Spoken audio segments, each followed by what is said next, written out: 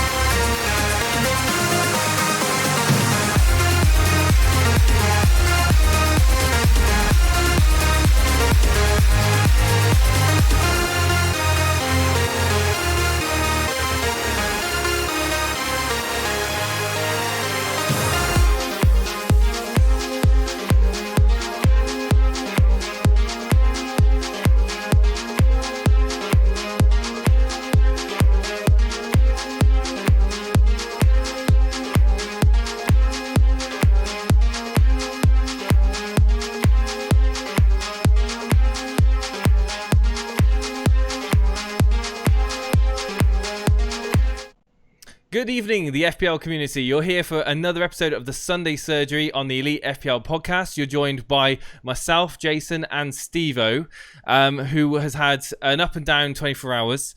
And we just want to say thank you to the amazing content yesterday that Stevo put up. Absolutely amazing.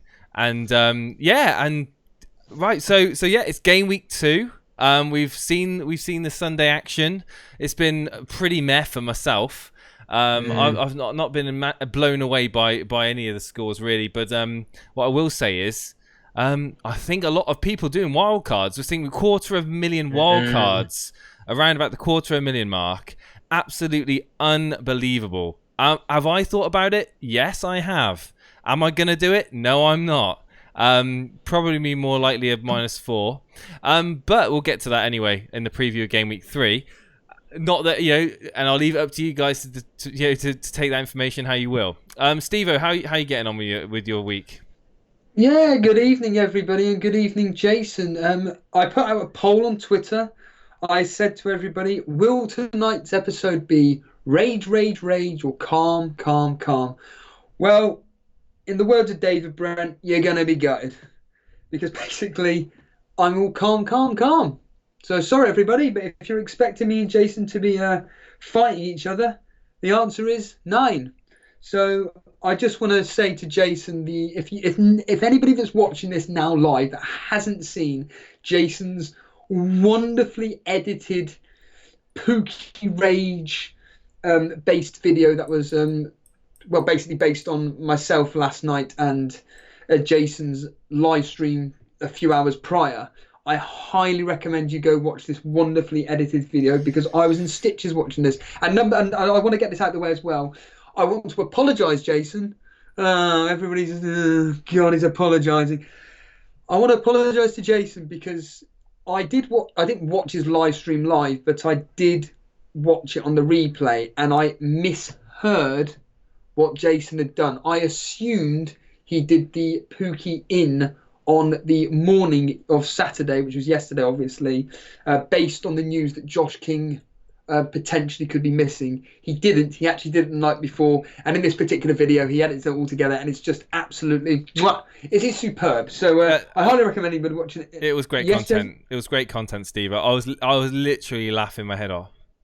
Mate, even people at work that take a vague interest in what I do, and I just said, just watch the opening 2 minutes, and the bit with the paper, the middle, wonderful. And I was being absolutely serious. I just loved the fact that you started the stream early and you're like, Jason's not here now. I can start it when I want. I can finish it when I want. If it's lagging, I'm cutting it. Like you were amazing. Like that was passion right there. You were angry.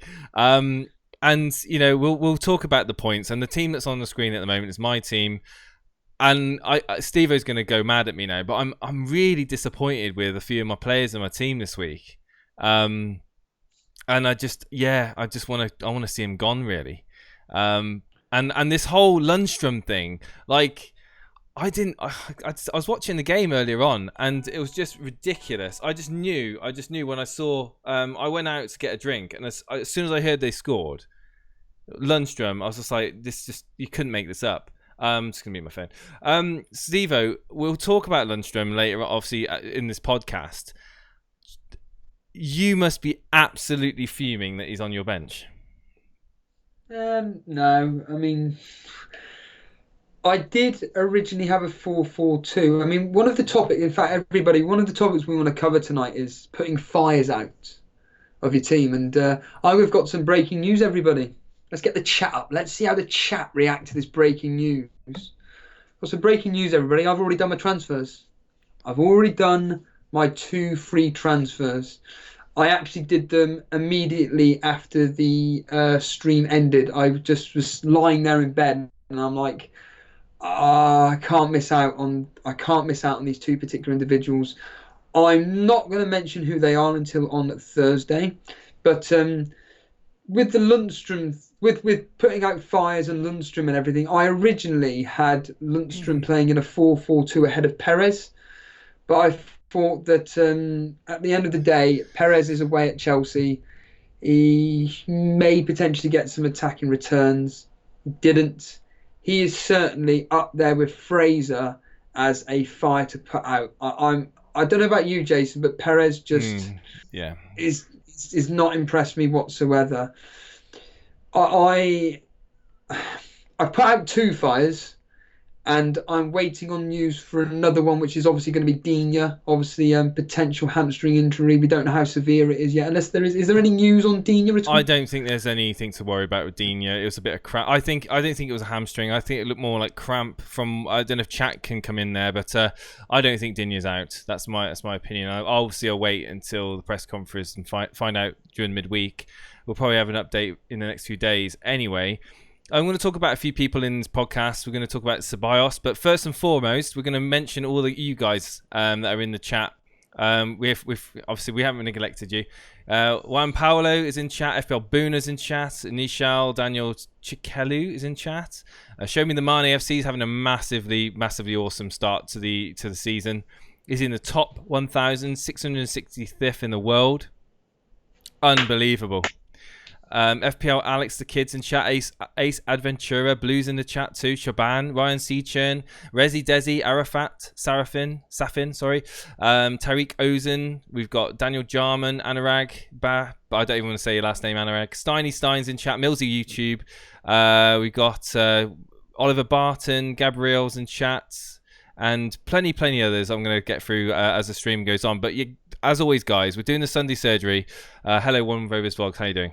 We're doing the Sunday surgery. It's up to you now to get yourself in the Discord, in the waiting room. Let's talk about your week, or your game week, I should say, where your players performed and what players didn't perform. Immediately, I'm going to go through my team very quickly. I've still got one player left to play, Wan-Bissaka. I'm really hoping that he can do something. Stevo's convinced he's going to get a clean sheet and bonus 3. So if I get that, it'd be amazing. I can't complain, really. The overall score is pretty good, 66 points as it stands at the moment. We've got Ryan in goal with the 2 points. I mean, after last week's haul of 9, I'm not really expecting much more, really. We've got Digne with 11 points. Now that again owned by a lot of FPL managers. Digne is nailed in my team. As long as he's confirmed fit, he's going to be nailed in my team going forward. Van Dijk with the unfortunate 2 points. So that awful howler by Adrian. He's going to stay in my team. He's not going anywhere. Van Dijk, I can see him getting plenty of points through the season. Is Liverpool's defence? This is a question for you guys. Is Liverpool's defence a little bit less reliable now? Are you going to move away from that double defence? Zinchenko, 1 point. Yeah. I mean, that Tottenham game, I had City to win that convincingly. And just a story of Tottenham taking their 2 and only chances, really. And Man City not. Wan-Bissaka, as I said, still to play. De Bruyne with the 11. I was saying before, obviously in pre-season and before the build-up to game week 1, I think De Bruyne is going to have a monster season as long as he stays fit. He isn't going anywhere. Salah is not going anywhere just yet. There is that debate whether to free up 1 million from Salah to Mane. I think that it's going to be a recurrence of what happened last year. People will be transferring Salah out to Mane. I do think that's going to happen. I'm not convinced by it at the moment. I don't think many of the top FPL managers are going to be doing that transfer myself. Sterling coming in with a captaincy pool of 6, obviously beat the Salah 3. Not an amazing differential captain there, but it paid off a little bit there. And Perez with the measly 2 points, Wilson with the 5 points, and then the one and only Pookie, the massive surprise to Stevo, obviously when the game updated and he came in. I didn't expect him to get a hat-trick. Very fortunate to get those points from Pookie, and I look forward to keeping him in my team going forward. I think he can score against anyone. He's just really sharp. He's got a clinical finish. That first goal at volley, just absolute sublime. If you haven't seen it, you go check it out. Now the thing is, I said I wanted to make some changes to my team, and Perez is definitely one of them. And I like the look of Dani Ceballos, and unfortunately, Dani Ceballos' fixtures aren't the best, but I want to get Rashford in my team. I want to get Rashford in, and I want to get him in for Wilson, and that 1 million would save me. That 1 million from Perez Ceballos would allow me to get Rashford in, because Wilson's fixtures kind of just don't really entice me now, and I'm not really convinced by Bournemouth, and I think that Man United have got just the best best run of fixtures for attackers, in my opinion, other than obviously Arsenal. I think I'll be trying to get in Rashford if possible. But that is a wait and see. Obviously, I'm going to wait and see tomorrow night. I've held my cards in front of you, Stevo, now, and you can let me know what your thoughts are on that. And chat as well. Let me know also what you think of those moves. So, Stevo, well, I'll try and get your team up now. I know you kind of didn't really go over your team that much yesterday, did you? But let's get it up. What have you got to say about it? Like I said yesterday, I'm just more. What angered me most yesterday is the fact that I don't want to keep banging on about it, but it's the fact that I had the team that you've got is the team that I had, barring Pope, and I am genuinely effed off. I can't swear. I'm effed off. The fact that I had this 4-4-2 and I say backfired. It's the fact that it's players in my team I'm just disappointed in. Sigurdsson not getting anything over 2 games in favourable fixtures. Wesley, his opportunity versus Bournemouth, he's blown it. He's gone. Gotta go. Get him gone. The rest of the team, though, Fraser, I've already spoke about at length. In 2 fixtures against 2 promoted teams, done nothing, despite the fact that Bournemouth has scored 3 times in 2 games. I think, I think it's really, really disappointing. No, is it? And what was their first game? It was 2-1, wasn't it? Well, 1-1. So yeah, 3 goals, and he's done nothing. He's got to get gone. Perez just spoke about. I agree with. I can't remember who came on the stream last night, but someone did say about Perez's next 2 fixtures being Southampton and Bournemouth. I've got to keep him for them too. I've got to. And if he does nothing in them too, I'm sorry, but he is just an absolute waste of space. He's gone. He's going to be on my hated list. Like I say, overall, I'm just more disheartened about my the game week 1 team selection. But moving forward, I'm glad I'm not in people like FPL Boona, Zulu Ninja. Forget the other individual that came on last night that have hit the wildcard button. I'm nowhere near the wildcard button today. No way. And people like yourself and others that have said that I've got a plan to do it in game week 4, 8. I'm not like that at all. I only get to wildcard stage when I feel the need that I have to get rid of 4 or 5 players. I know that my team, Nick Pope, I'm happy with. Van Dijk, happy with. Zinchenko, Digne, Salah, Sterling, Wilson. Yeah, I'm pretty sorted with him. He's the key man to Bournemouth, really. There's just the odd player here and there. Wesley, Sigurdsson, Fraser, Perez. They're the 4 that I want gone. Well, obviously, I've got rid of 2. It's a question of which 2. I'm not going to reveal until Thursday. But, yeah, I've got rid of those 2 of them anyway. I forgot about Gilbert. Gilbert of Aston Villa. He's another one. Hasn't played a single minute for Aston Villa this season. Adam Hopcroft of the @Planet FPL pod, he believes that Gilbert should start playing because I think it's Taylor just doesn't look good enough. So Gilbert, he'd like to think will come in. It's a question of when. But barring that, I'm pretty happy. I don't need a wild card. You mentioned Lundstrom on the bench. I've already said that at the end of the day, it was either him against Crystal Palace at home, and I thought Crystal Palace would win because of their away record.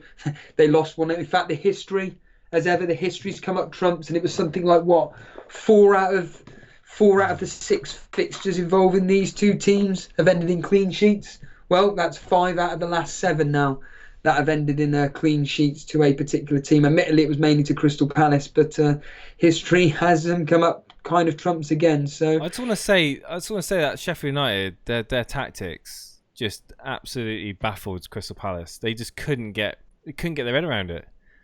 They couldn't break them down. And I think Sheffield United could be one of those teams that people don't like to play against. I really do. They got Leicester up next, then it's Chelsea away, Southampton at home, and then it's just sea of red. But based on what you've just said, They could be a team just to have an asset in. I mean, Lundstrom seems fine. It's just a question of are people willing to play Lundstrom. I'm absolutely gutted that I chose Rico over Lundstrom. I am absolutely gutted because I'm faced. I don't want to waste a free transfer. I don't want to waste a transfer on a 4.0 defender that is probably not even going to play for me. I would love to have Lundstrom on my bench just as an option to come in just in case one of my others does. He's playing so advanced. He's getting in the box. He's like an attacking midfielder, and when I said about thinking about like I know people in chat are talking about it's too early to wildcard, but to be honest with you, I was thinking about like if I did press the wildcard button in my team. Let me just get my team back up so I can explain. Like I got Ryan in goal. Obviously, I'm not expecting a million things out of Ryan. Obviously, he's got Man City, game week 4, and then it's like Burnley at home, Newcastle away. So he's got some good fixtures. Southampton at home up next. But like I was thinking, if I did hit the wildcard button, just in theory, then I could like downgrade Perez to Sabaya, save $1 million. Downgrade Salah to Mane. Let's just say if I wanted to just... Because if I was going to hit the the wild card, it would have to be for wholesale Maverick. Like, it would have to be to make, like you said, 4 or more transfers to make it worth doing. So I was thinking in my head, Perez to Ceballos, Salah to Mane, free up the 2 million, Rashford in for Wilson, upgrade Ryan to De Gea, bring in Lundstrom for Rico, and I'm thinking I'm set for like the next 10, 15 game weeks. And like that's my sort of thought process. And I'd just be love to know what your thoughts and chat's thoughts are about that, because ultimately there's all these thoughts that go on in my head. I think people look at the wild card as being this like the second wild card. Yes, the second wild card is literally a real good tool. I think the first wild card is not this holy grail that there's people that are going, oh, you've used your wild card, like you're gonna, that's it, red arrows from now on. I honestly think if you are smart enough to identify potential price rises help you massively come the second stage of the season. And then if you look at like fixtures as well, like you should have set your team up at the beginning of the season with fixtures in mind anyway. But just saying, it's just, I've just thrown it out there. Let's put that at the top so you can see it. Thank you so much, Stephen, for that sub. So yeah, anyway, what did you think of that? Like, what did you think of those transfers anyway, Stephen? I think they're excellent. I'm listening. The one thing that pricks my ears up is Salah to Mane. Are you on the same thinking as me that Mane could do what he did last year and not outperform Salah, but keep up with his points because of his position that he plays within Liverpool? I think there isn't going to be a million miles of difference in points between the two of them come the end of the season. And if you can use that 1 million to spread across your team, like in two areas, or even just upgrading like a Matt Ryan to De Gea, I'm thinking now that De Gea, it's gone up 0.1 already. I'm thinking that De Gea with Maguire now in that back four and Wan-Bissaka there, I'm thinking he's going to be a little bit more confident. I can see clean sheets. 100%. I can see clean sheets, and I'm thinking clean sheets equals points, and I don't expect those from Ryan. I'm hoping for save points and the odd clean sheet, whereas I'll be more comfortable with De Gea in my team. But let's just quickly gloss over today's games because we haven't actually mentioned them yet. So obviously you mentioned Sheffield United versus Crystal Palace winning 1-0. Lundstrom with the goal. No assist given. There was one given, but unfortunately didn't come through. It looks like Lundstrom, Henderson and Stevens are going to be getting the bonus points there. Then on to Chelsea versus Leicester. 1-1. Mason Mount with his first goal for Chelsea. And Ndidi and a Maddison assist. It's looking like it's going to be 3 points from bonus points for Mount, Ndidi, and coming in with 2 for Evans and Kepa getting 1. I just want to... Chelsea looking like today? Chelsea looked great for the first 15-20 minutes, and then after that they looked bang average. And it was just... Yeah, it was weird. After the game against Liverpool, they kind of looked like they were up for it again. And obviously, I just want to say right now that you know who you are, Simon Bellamy. He had Barkley in his team. Guess who's first on his bench coming off? Here we go. Let me get Lundstrom. Yeah, absolutely. So he's going to be our Torbay Elite League that he's in. He's flying. He's absolutely flying up there now. Oh right, okay. So well done to Simon Bellamy if you're watching, and all of the other managers that may be tuning in with Lundstrom on their bench, with Barkley in your team, and just well done to you. Well done. I'm not convinced by Chelsea. I said it all pre-season. I said it game week 1. I'm waiting to see what sort of Chelsea side perform. I'm not convinced by him. I'm not convinced by Pulisic. He a couple of times he got kind of a knock. He dived on the ground. He's rolling around. I'm thinking, dude, what are you doing? This is Premier League. Get up. And no, I'm not really looking at Chelsea at all. Sorry to interject. Good God. You just mentioned Cy Bellamy. He's on 79 points at the moment. He's going to be on 93. He's got 11 come off the bench. And at the moment, he captained Pookie. Yeah. And at the moment, as it stands, he's 286th in the world. He's good Lord. Ridiculous. Yeah, he's done really well. I'll just bring it up. I'll bring it up now. Please do. It's 79 points. Captain Pookie. Fair play to Simon. He's either going to be watching it now or he's going to be watching this back on the replay. Absolutely blasted.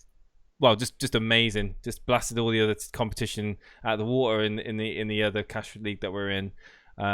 79 points without bonuses and without the transfer of Lundstrom in. He's going to get like what, 90, 95? Wow. Yeah, that's absurd. That's absolutely ridiculous. Well done. I have to say, all we can say is well done. Okay. Do we want to mention another team that we know that's done very well or not bother, in all seriousness? There is, I think it's worth mentioning. A community member in our Discord by the name of Dereco. Congratulations to him. His team made it all the way to number 1 in the world. And I think that's worth mentioning. Yeah. Well done. Just absolutely free hit. I mean, he played a free hit, but I mean, he's played 2 chips now, but he made it to number 1. So well done to him. Well done, Dereco.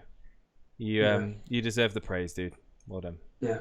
Congratulations. Yeah, and that's the end of that matter. Yeah. But let's get on some callers. That's what we're here for. We want to take everybody's calls. We want to speak to them. We want to get things off their chest. Do they have problems with their teams that maybe me and Jason can help them with? No, we can't help them. So, Jason, who's in there and who wants to talk first? Okay, so we've currently got in the waiting room, we've got David Kiprop. I don't think I've spoken to David before, so I'm going to bring him on first. I'm hoping his mic's going to be okay, and he's currently muted and deafened. So, David, if you're listening, please be ready to come on the stream. Before we get David on, I want to do a quick admin. We've got an exceedingly high amount of people watching the stream at the moment. You're clearly enjoying it. Just simply hit that like button and show your support. Thank you very much. So is David there, Jason? Absolutely. Let's bring him in. David Kiprop. You're currently... Hello, David. How are you doing? David, can you hear us? You're live on the FPL surgery, on the Sunday surgery with Stevo and Jason. Can you hear me? Not hearing you, David. Sorry. Hopefully we can sort your microphone problems out. Let's bring in GW2.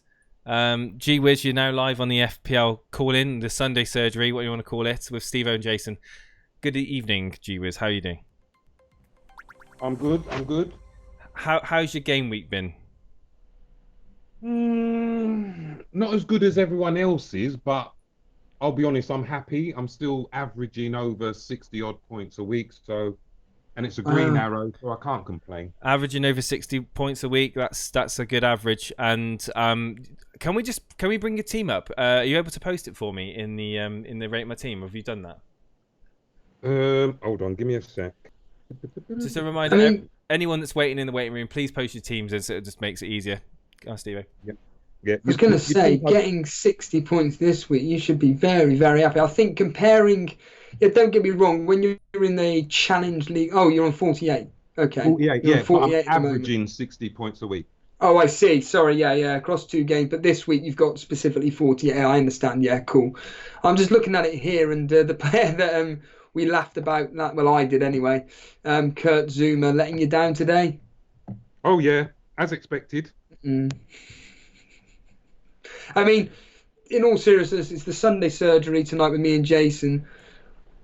What particular issues have you got in this team that you need to get sorted immediately? Right, I've posted it now. It's the 3 Bournemouth assets, really. Yeah. I mean, for I know me, it's go on.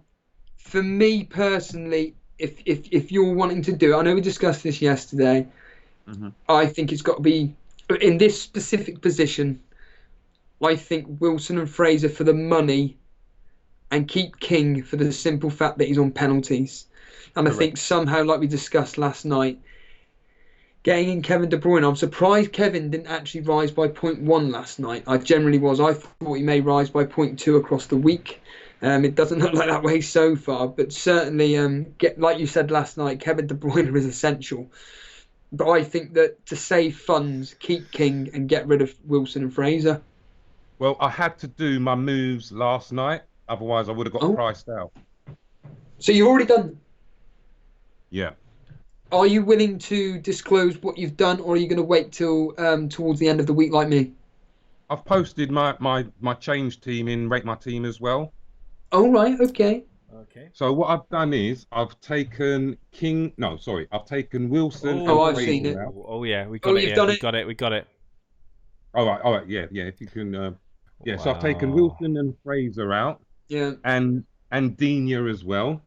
Oh. And that's what it looks like now. Wan-Bissaka coming in for Digne, and De Bruyne in for Fraser, and Barnes in for Wilson. Yeah. Do you know what? Because the reason why I did my 2 transfers last night was because when you reflect on what you've said and what you've spoken about, and you just think, you know what, this feels right to do these specific transfers now. And I listened to the replay this morning when I heard that when you were talking last night about doing this specific move, I'm just sat there on the bus going, gee whiz, I think that's the perfect transfer. You've caught the price rise on Ashley Barnes as well. Well done to you. I think they are the perfect moves. Although, in hindsight now, maybe a bit risky with the fact that Digne may potentially not be injured after all. But overall, I think they are 3 excellent transfers, Jason. I don't think that Liverpool are going to keep a clean sheet at home to Arsenal. No. Oh no. I'm gonna reveal my prediction now. And I'm looking. Sorry, yeah. I'm looking at a very, very high-scoring game, and I'm looking at something like 4 in Liverpool's favour, 4-2, 5-3. I think that game is going to be so open, defences won't even matter, and I think that is going to be goals galore. I'm just picturing Pepe and Aubameyang just rinsing Trent Alexander-Arnold and Robertson. I just visions of it right now as I'm just sitting here. I mean, I know you've got Robertson in for his attacking threat. I'm absolutely genuinely convinced that Robertson overperformed last year, and he's not going to hit anywhere near the same point total. I'll be happy to eat humble pie if he does. But Van Dijk is nailed in my team. Obviously, you've got the double Liverpool defence. You've gone with Wan-Bissaka, which again is I'm a fan of. I really do like Wan-Bissaka as a pick going forward. Well, from the start of the season, and I think more and more people are going to start jumping on to him as the season progresses and United get more clean sheets. I really do see United, and I've liked the Ederson pick as well. Really like the Ederson pick. If I had the money, I'd probably look at getting him in as well. Salah, Sterling, De Bruyne. That's absolutely cream of the crop midfield. You couldn't ask for a better 3 in midfield. Mane's a close 4th, but obviously we know that we can't get him in because of money limitations. King and Barnes, these are 2. Obviously the fixture for King isn't the greatest. You know what? I could take. You know King what out. I'm thinking? Yeah. Sorry. Yeah. I could bench King next week. Yeah. But he's on penalties, so I'm going to leave him in because I've actually got a working bench with Hayden and Dendonka. So Yeah. even just for 1 week, I could say I for would play example, Dendonka over King. I don't know why. I'd at home to Burnley. Yeah. So I've still got that to sort of Mm. think over. But I mean, I this just wanted this Barnes thing. I'm not with the mindset of Steve. Obviously, it's Burnley. No, I'm telling. Before you even speak, I'm telling you. I've said this before, and I'll say it again. When Burnley are confident, it means that we're going to get results. And I'm telling you now, jump on the Burnley players while you can. Barnes, Pope, any one of the defenders, the ones that are Nail, Tarkowski, Ben Mee, Loughton. I wouldn't go near the midfield, but certainly Barnes, the three defenders that I mentioned, and Pope, get on them now. Interesting. Defo.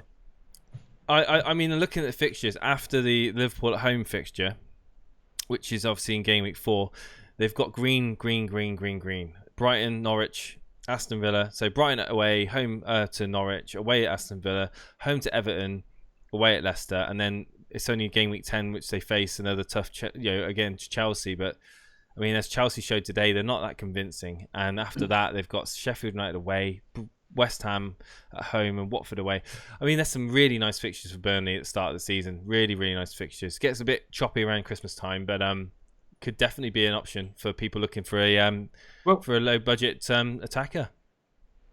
Considering I'd only set that team up for 2 weeks, I think with the 2 free transfers I've made, with having the 3 most nailed Man City assets you can get, yes, I think I've done well. You have done really well. The only mark is this whole double Liverpool, and I hope it works out for you. I really do. I reckon it'll come good. I mean, I'm not bothered or panicked or worried or anything. But if it doesn't, then I've always got the money. Yeah. What I'll add to that is, off the top of my head, I can't think of any other midfielders apart from them 3 there that you've got, Salah, Sterling and De Bruyne, that are doing any better than Robertson and Van Dijk. Off the top of my head, Perez, 2 points or 3 points, whatever. Maddison's got 1 assist so far. It was the Fraser done absolutely nothing. Sigurdsson done absolutely nothing. All these popular midfield choices. No, but I'm talking like the 7 million. Yeah. Okay. Yeah. Robertson admittedly has done nothing, but Van Dijk, he's already got you a goal. Could have potentially got a clean sheet. It didn't happen, but that's not the point. I'm telling you now, You're G-Wiz, right. me personally, I think that is an absolute beautiful team there, and that's for you, Marlon. But that there, I'm liking it a lot. And as for Ashley Barnes, looking at the fixtures right now in front of me, Wolves away, it's not that difficult a fixture. I think we lost 1-0 there last season. Liverpool at home. Well, told you before and I'll tell you again, we always make it difficult for them. And I'm pretty sure he scored against them maybe last season or the year before. Brighton and Hove Albion, we always beat them. Norwich at home, I'd like to think that we'll beat them. Aston Villa away, 50-50. Everton at home now, we never beat them. So I think, gee whiz, you're onto me personally, I think you're onto a winner with those 3 specific transfers, mate. You've got a very. I mean, you've made the best of what money you've got to have those 3 in midfield. Yeah. You've invested. I think I'm kind of backtracking a little bit. I'm in agreement with Stevo. Can't believe I'm saying it. He's completely right. I mean, at the 7 million price point, I mean, other than Ceballos, a flash in the pan, it could very much be a flash in the pan. I mean, there's I think that Ceballos is key to everything. I've said it before. I think that Ceballos is going to be that creative midfielder for Arsenal, and I can see him maybe getting an assist versus Liverpool if my prediction is right of getting Arsenal getting a couple of goals here or there. You've invested really well in defence. I mean, it's Zuma. Obviously, I'm not 100% convinced with him, but if Chelsea can if they can get their act sorted, who knows? Coleman, still you obviously got rid of Digne, so you've got away from the double Everton. But Coleman's still a great pick, and Everton looking so solid at the back, so solid at the back. I think there's a lot of people missing out on Everton at the moment. I think I'm in agreement with Steve. You're absolutely set going forward. Absolutely set. Well done. Considering what I had before to this now, with only three moves, I think that's all right. That is. Yeah, you're gonna be doing well. I look forward to see. Look at the future weeks. I'm looking forward to see how you get on, because I think you're getting some mega points to that team. Really Well, do. it's at least before it was just set up for 2 weeks. At least now it's set up for the next 4 or 5, and then we can just see what happens then. Absolutely. Wiz, thank you ever so much for joining us. We're going to jump through to the next caller because of time. Thank you ever Thanks so for much. having me. Cheers, buddy. Thank you. Speak soon. Cheers. Bye. Thank you, Jeeves. We're going to grab Phil, because last week Phil had a bit of a shocking game week. From his own admission, he would be happy to say that himself too. Phil, you're now live on air on the Sunday Surgery with Stevo and Jason. And how are you getting on, buddy? Hi guys, good. 59 points this week. Still got one Wan-Bissaka to play. Oh, there we go. Wan-Bissaka with his clean sheet and bonus 3 coming up. Yeah, absolutely. I like it. I captained Aubameyang in the end. I was a bit annoyed he got the yellow card. If he didn't get the card, he would have got probably 2 points bonus. So that effectively cost me 6 points. But Phil, I think I'm up. Have you posted your team? Sorry. He's towards the bottom of the Challenge League, Jason. Yeah, I think I'm like 86. Yeah, at the moment. I've got to say, Phil, well done on the Trossard pick. You must be very happy with that. Well, I'm just pleased that he got the start. Like, after the hype that he was getting pre-season, but he should have got 2. The one that got disallowed, man. Oh, what a shot. It's the Sunday Surgery. Me and Jason are here to talk about your team and maybe some issues that you may have regarding your actual team and who to get rid of. I'm straight away looking at this. I'm instantly looking at Fraser, Perez, and maybe Firmino, but certainly Fraser, Perez, actually even Sigurdsson. So Sigurdsson would be one. I'll tell you what, I'll make this conversation a bit quicker for this. Let me just post something in Discord. Oh, you've clearly obviously made transfers. Here we go. It's got to be transfers. So you're going to post the team and rate my team, are we? One second, it's going up there now. Here we go. You've got to be happy with 59 though, surely. Do you know what I think it is, Jason, with a lot of people in our mini league, and this is kind of a good thing for myself, you and various other rivals, is that people are panicking and they're looking around. Oh, yeah, I've seen what he's done. They're looking around others and panicking. So you've wildcarded, Phil. Right, I want to say, you're going to say, Phil, you're completely stupid for doing this. I had 2 free transfers and I've still wildcarded. The reason being, I was looking at possibly making a -8 this week and then waiting 2 weeks and then doing a -4. But then I was thinking about it. I don't want to be giving 12 points away in this cash league. I think if I'm doing that, I'm completely throwing away any chance of getting anywhere up the league. I'm looking at that instantly. Everything is within reason, quote unquote, perfect. There's only one player that stands out for me where I'm thinking just get him gone and save some money. Pereira. What's your thinking behind Pereira of Leicester? I'm only jumping on him for the next 2 game weeks, week 3 and 4, and then I'll probably go back to Dean once I know he's back fit.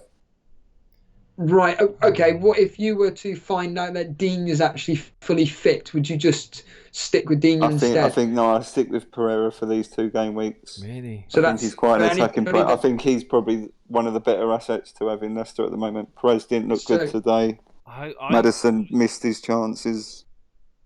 Okay. Yeah, for anybody that doesn't know, Leicester's next 2 fixtures are Southampton away, not that great a fixture, but anyway, and Bournemouth at home again, not that great a fixture in my opinion. I think that wait on news on Digne.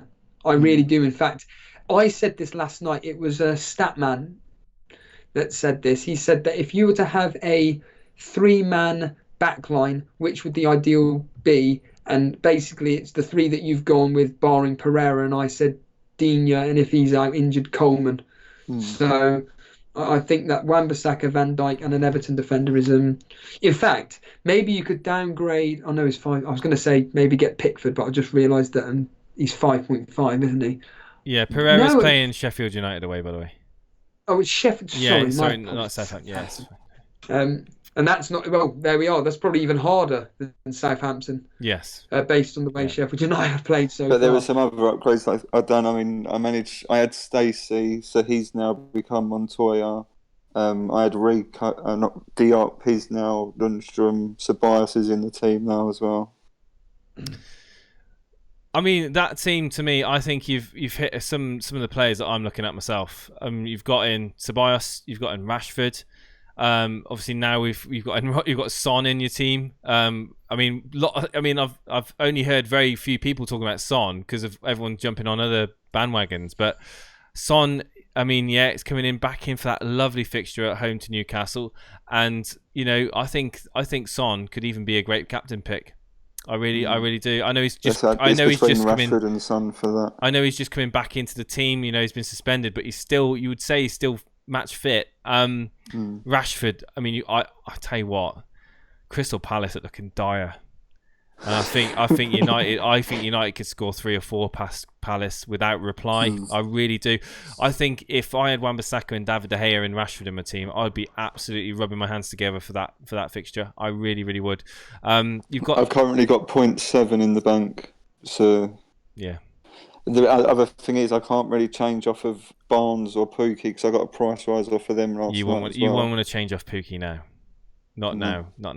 Yeah. And obviously Barnes, he gets goals for Burnley, and I've got him. He's more from week 5, but he can still play occasionally. As we just discussed with Barnes, he's got some great fixtures up until the Christmas period, really. So yeah, I think you're brave for doing the wild card first and foremost, and doing You've obviously got a plan set out in front of you. You're going to hopefully hit a few price rises in the meantime as well. I just couldn't. I don't see no point in giving away if I see that many problems. I think I've only kept 3 players. It's Button, De Bruyne, and Wan-Bissaka. I've even gone Robertson down to Van Dijk because I think he's. I might even get rid of Van Dijk and go down to 5 million. I think Van Dijk's a great bargain at his price point. I don't think you need to worry about downgrading Van Dijk. This team here is exactly the reason why if anybody's going to wildcard this. In fact, Phil, you are the perfect example of a team that needs to wildcard, and that is like I said, barring Pereira, but it doesn't matter. That team is basically. Yeah, and then the other one would possibly be Mason Mount for Trossard, but. No. No, I would stick with Trossard based on what he did with the team last season in whatever team he came from in Belgium. Was it Bruges? I think it should be the focal point. Yeah, he was there. And the way Brighton are playing, and I think that the fact that he got his goal yesterday will encourage even more encouragement for him, and the fact that he'll probably start. It's Southampton at home, pretty much I would like to think a home banker. There are some teams in the league at the moment that are in trouble. Southampton, Crystal Palace, Newcastle, just off the top of my head. And Watford. It'd be Palace. Yeah, Palace and Newcastle will be down the bottom. Looking at that team, you just got to hope that the likes of Son and Rashford can make up for a massive Salah haul, because you know that there still will be a lot of people captaining Salah. There'll be people bringing in Mane and as well. And I'm thinking, Son back against Newcastle. You'd hope he would. That is basically the decision you've made is to go without a premium midfielder in Liverpool midfielder, and you've brought in that money into your attack, and obviously you've got Rashford at 8.6 now. Sorry, he is, and Son as well. Yeah, so he's gone up. So yeah, I think you're going to be very nervous in that Arsenal game, and if it is a 5-3, like Stevo said, you're going to hope and pray that Salah hasn't got 4 goals and 1 assist. Do you see people captaining him next week? I've already. My automatic choice is on Salah. Mr. History, you're going to captain Salah when Sterling's playing Bournemouth. Well, again, that was just it's the same old thing. I always choose my team once the game updates, and Salah was straight away as my captaincy. But it's that whole thing of will Mane upstage, and I haven't checked, but I believe Mane's actually got a really good record versus Arsenal. I know Dan Bull is in chat, so maybe he will confirm. I think this game week 3 is going to be the most diverse captaincy conundrum we've had yet. Yeah. especially with Son coming back in with that Newcastle fixture. You said about Sterling, people may even think, De Bruyne, an outside captaincy pick now. I mean, because arguably he's really keep ticking everything. Everything goes through De Bruyne at the moment. Obviously, he is the fulcrum. You've got Rashford in that lovely enticing. You've got the captaincy on Rashford as well. That's another great pick. Salah, home to Arsenal. Arsenal's defence, as we all know, are pretty weak. I just think that there's going to be a diverse. I mean, the majority will go with Salah. That's a given, really. But I think in the top 100,000, top 200,000, there'll be a bit more variety, and it'd be interesting to see which ones pay off. But all I'll say is that keep your ears open for that preview stream that we do on Thursday, because again, the history is doing really, really well. I want to say also as well, guys. Well, I'm reading all your stuff out in chat. We got 300. That's 336 people tuned into the stream at the moment. That is that a record, Stevo? I think it may be, yeah. Nice, yeah, nice. I believe it Absolutely is. amazing. You guys rock. You guys are awesome. And thank you ever so much for that support. And if you're not already following, please hit that follow button or subscribe button. It's amazing. On the game weekend, it's amazing sitting there through all the games and having different people watching different games. So much banter once goals is going in. Yeah, and I heard through there that the Trossard first one had gone in, so we was all cheering it. Then we hear about VAR. VAR again. It's the roller coaster that is VAR. Obviously, Pep was not happy about it. I think everyone's got their own opinion on it. I think doesn't it ultimately also rely on the actual referee that sat down watching the VAR screen? Because it's not like it's not like a technology it's not like a computer that gives it. It's still a human being that makes a decision, isn't it? So anyway, let's Phil. Thank you ever so much for coming on. We're going to move on to the next call now. Cheers, buddy. Thank you ever so much. One more thing. Yeah. Do you think we should do an early transfer with the community team? That's actually a very, very good point. I'm going to speak to. I'll say to Jason I think we now. can do Wesley to. I think Wesley Pookie's the one to jump on, just because he could be 8 million in a week. I'm sure we'll put a poll up this evening. I'm sure Stevo will let me know some of the options, and we'll get a poll going up. All right. Cheers, Phil. Cheers, guys. Thank you. Take care. Cheers, now, guys. Bye. Yes. Cheers, Phil. Bye. Wow, that was a very interesting wildcard there. I would say he's brought in the bandwagons, like was mentioned earlier on in the in the chat there. Lee Aussie, I'm no FPL guru. No, nothing. I'll just read out opinions. We've got a lot of people to get through. We've got Termitted. Let's get Termite Red. I got called. Termite Red. You're live on the Sunday Surgery with Stevo and Jason. Welcome. How you getting on, buddy?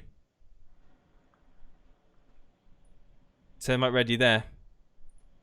We had issues last night with Termite Red. Actually, couldn't answer. Oh no, Termite. We're going to give you 5 seconds. Can you get you? There we go. He's gone. Right. So let's move in. Norbets. Norbets, you're live on the Sunday Surgery with Stevo and Jason. Welcome to the live stream. How you getting on? How you getting on, Norbets? Why are they jumping out? I don't get it. Norbets, I don't get it.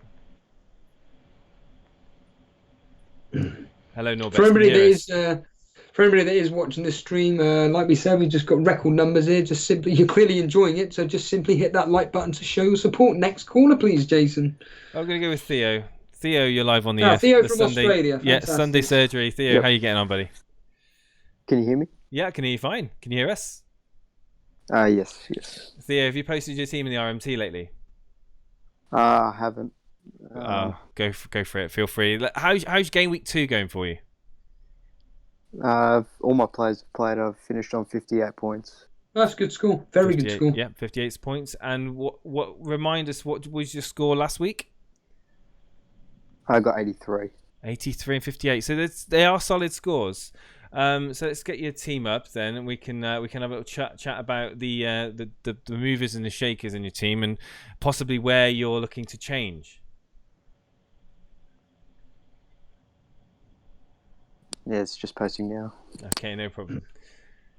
Yeah, it's up. Excellent. Okay.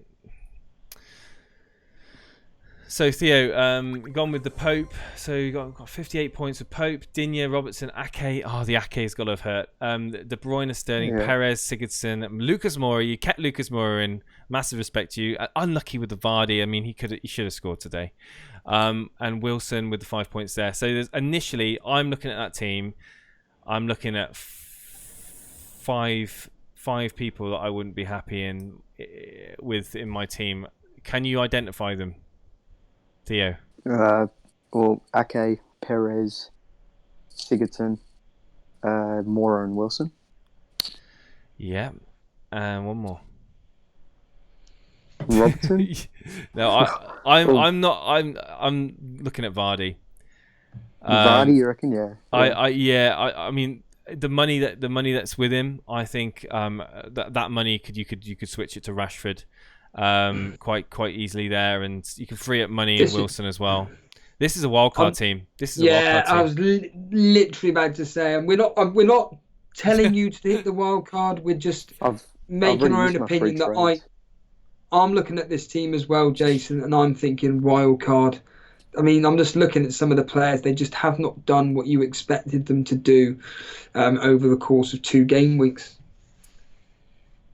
What do you think of that about that assessment, Theo? Yeah, I wish I had heard that earlier because I've already used 3 trades and taken a hit for next week. Well, you can still wildcard. Oh yeah, I can. Yeah, true. You can cancel out that hit. I'm thinking about it. I'm not. By all means, please don't just do it because we're saying. I mean, this is our opinions. Guys in chat, what are your thoughts on this team? I mean, it's got some players that have just like Stevo said. It's going forward. I think you could really spread that money out from Wilson and Vardy. We were just looking through teams that have wildcarded.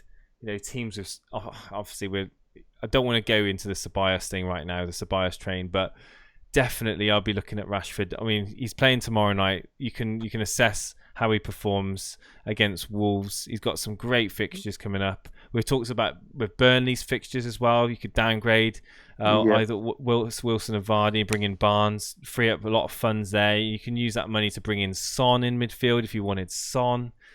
You could use it to invest into Ake, to upgrade Ake to someone, someone like Wan-Bissaka, or even bring in De Gea in goal. These are options that you can do going forward, looking at the fixtures, looking at how you feel you can optimize your team. Now, you must be very disappointed, like many, that Sigurdsson just hasn't done anything. And obviously Perez for the second game week in a row looked really drab. And I mean, Lucas Moura came on and scored 19 seconds after coming off in that header. I mean that is very fortunate, and I think you've had a decent score, 58 this week. Obviously, people have got higher, a lot of people got lower. I know I'm loving Rashford at the moment, Mr. Harris. Yeah, Stevo. Any other thoughts other than what we've said? Really, it's just. He got his captaincy right with Sterling. I mean, you could have gone with, you wouldn't have known that De Bruyne was going to get all those points. But I was talking with people in the Discord, and for 5 days straight, I had Digne as my captain, and I was almost set on it. And Why did you change it? I went for the safer option, Sterling. I thought, why take a risk this early in the season? Would have paid off. Well, that's the thing. I think it's better to. In fact, funnily enough, that's why I went with Sterling. For my captaincy, I think it's better to take risks between game weeks 1, maybe 4, 5, 6 regarding captaincy. Logically, don't go and captain some random player like, I don't know, Trossard as an example. But I know he scored. I'm just making the point, or Fraser or something like that. But with Everton's clean sheet probability at the moment, I think taking a punt on someone like Digne was actually, and I know for a fact that someone did actually. I think a couple of people actually captained Digne within our the chat that's going through. Yeah, they did. Wow, that's an amazing captain. Obviously, the real shout out goes out to the Pookie captainers, doesn't it? But Digne as well. I mean, to have the minerals to do that, that's a great shout there. So Theo, sorry, it's So Theo, so you've made your choice then, have you, with these transfers? What transfer have you made? Sorry. I've posted my You updated new team team now. Yeah. You just posted it, have you? Oh yeah. Okay. Let me bring it up then. Right. I've had to keep Sigurdsson and Perez, but the rest of the team I'm pretty happy with. Oh, so Son, Pookie, and this Leicester player, Sayunko, however you pronounce his name. Sayunko, yeah. Looking at that, well, straight away I'm thinking it just looks better. That just looks better. The Perez is the one that sticks out for me now. I just don't. I think that Sheffield. I think Sheffield United are going to be a tough cookie to break. And yeah, I don't know. After watching Leicester today, I don't know. I'm thinking that you're tripling up there with Leicester, and that's a bold move right there. Tripling up with Leicester, and then they're not performing at the moment. They're really not, and you've still got Sigurdsson there. I just think you're setting yourself up for a bit of disappointment there, but that's just my opinion anyway. But on paper, the fixtures look good for those players. All the players in your team really got good fixtures. Stevo said your team looks better. I still think it needs a wild. Well, I still think your team would have benefited with a wild card. That's just my opinion. Yeah, it's a good shout. Yeah, I'm still with this new updated team. I'm still unhappy with a couple of players. So wild card's not completely out of the picture. But if you just choose not to, which is also a sensible move, if you want to just wait and see, it's still early. It's only 2 game weeks. A lot of people are saying in chat, "Oh my God, I can't believe you're thinking about wildcard and it's only game week 2." But the first, sometimes you've got to look at the players that are performing and get on those players before they start rising to the point where you can't afford to get them in. And we're not necessarily at that point at the moment, but give it a few days, we may start to see big rises. Obviously, you've got De Bruyne in your team, you've got Pookie in your team, so you've covered those 2. But going forward, I do think Ceballos could be a great option. We've got a lot of maybe options as well that are still there. Yeah. Interested to see what you decide, Theo. Come and join us on the preview stream and let us know how you decided. I will. Cheers, Theo. Speak soon, buddy. Thank you. Cheers now. Wow. Another team without Salah in it. Yeah, maybe people clocking on to the fact that maybe Sterling and Kevin De Bruyne are a better pick than Salah and Sterling. Maybe, who knows? Wow. Yeah, absolutely. Let's see if we can get in Norbets again. Norbets, are you able to talk to us this time? Hello, Norbets. Hello, Norbets. Welcome. You're live on the Sunday surgery. We tried getting you in earlier when we had an audio problem. How you doing, Norbets? I am fine, thank you. Have you posted your team in the RMC, my team on Discord? Yeah, I have. Cool. Let me see if I can find it then. How long ago did you post it? Yeah, Norbets? it's a bit up. Oh, it's a while. I can post it again. It might be easier to just post it again. How's your game week been, Norbets?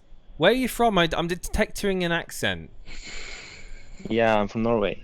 Norway. There we go. Let's bring it up. Right, so Norbet's on 45.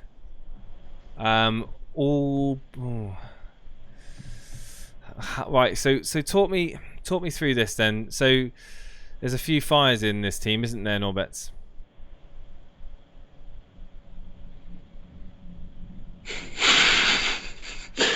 It looks like he's gone, Jason.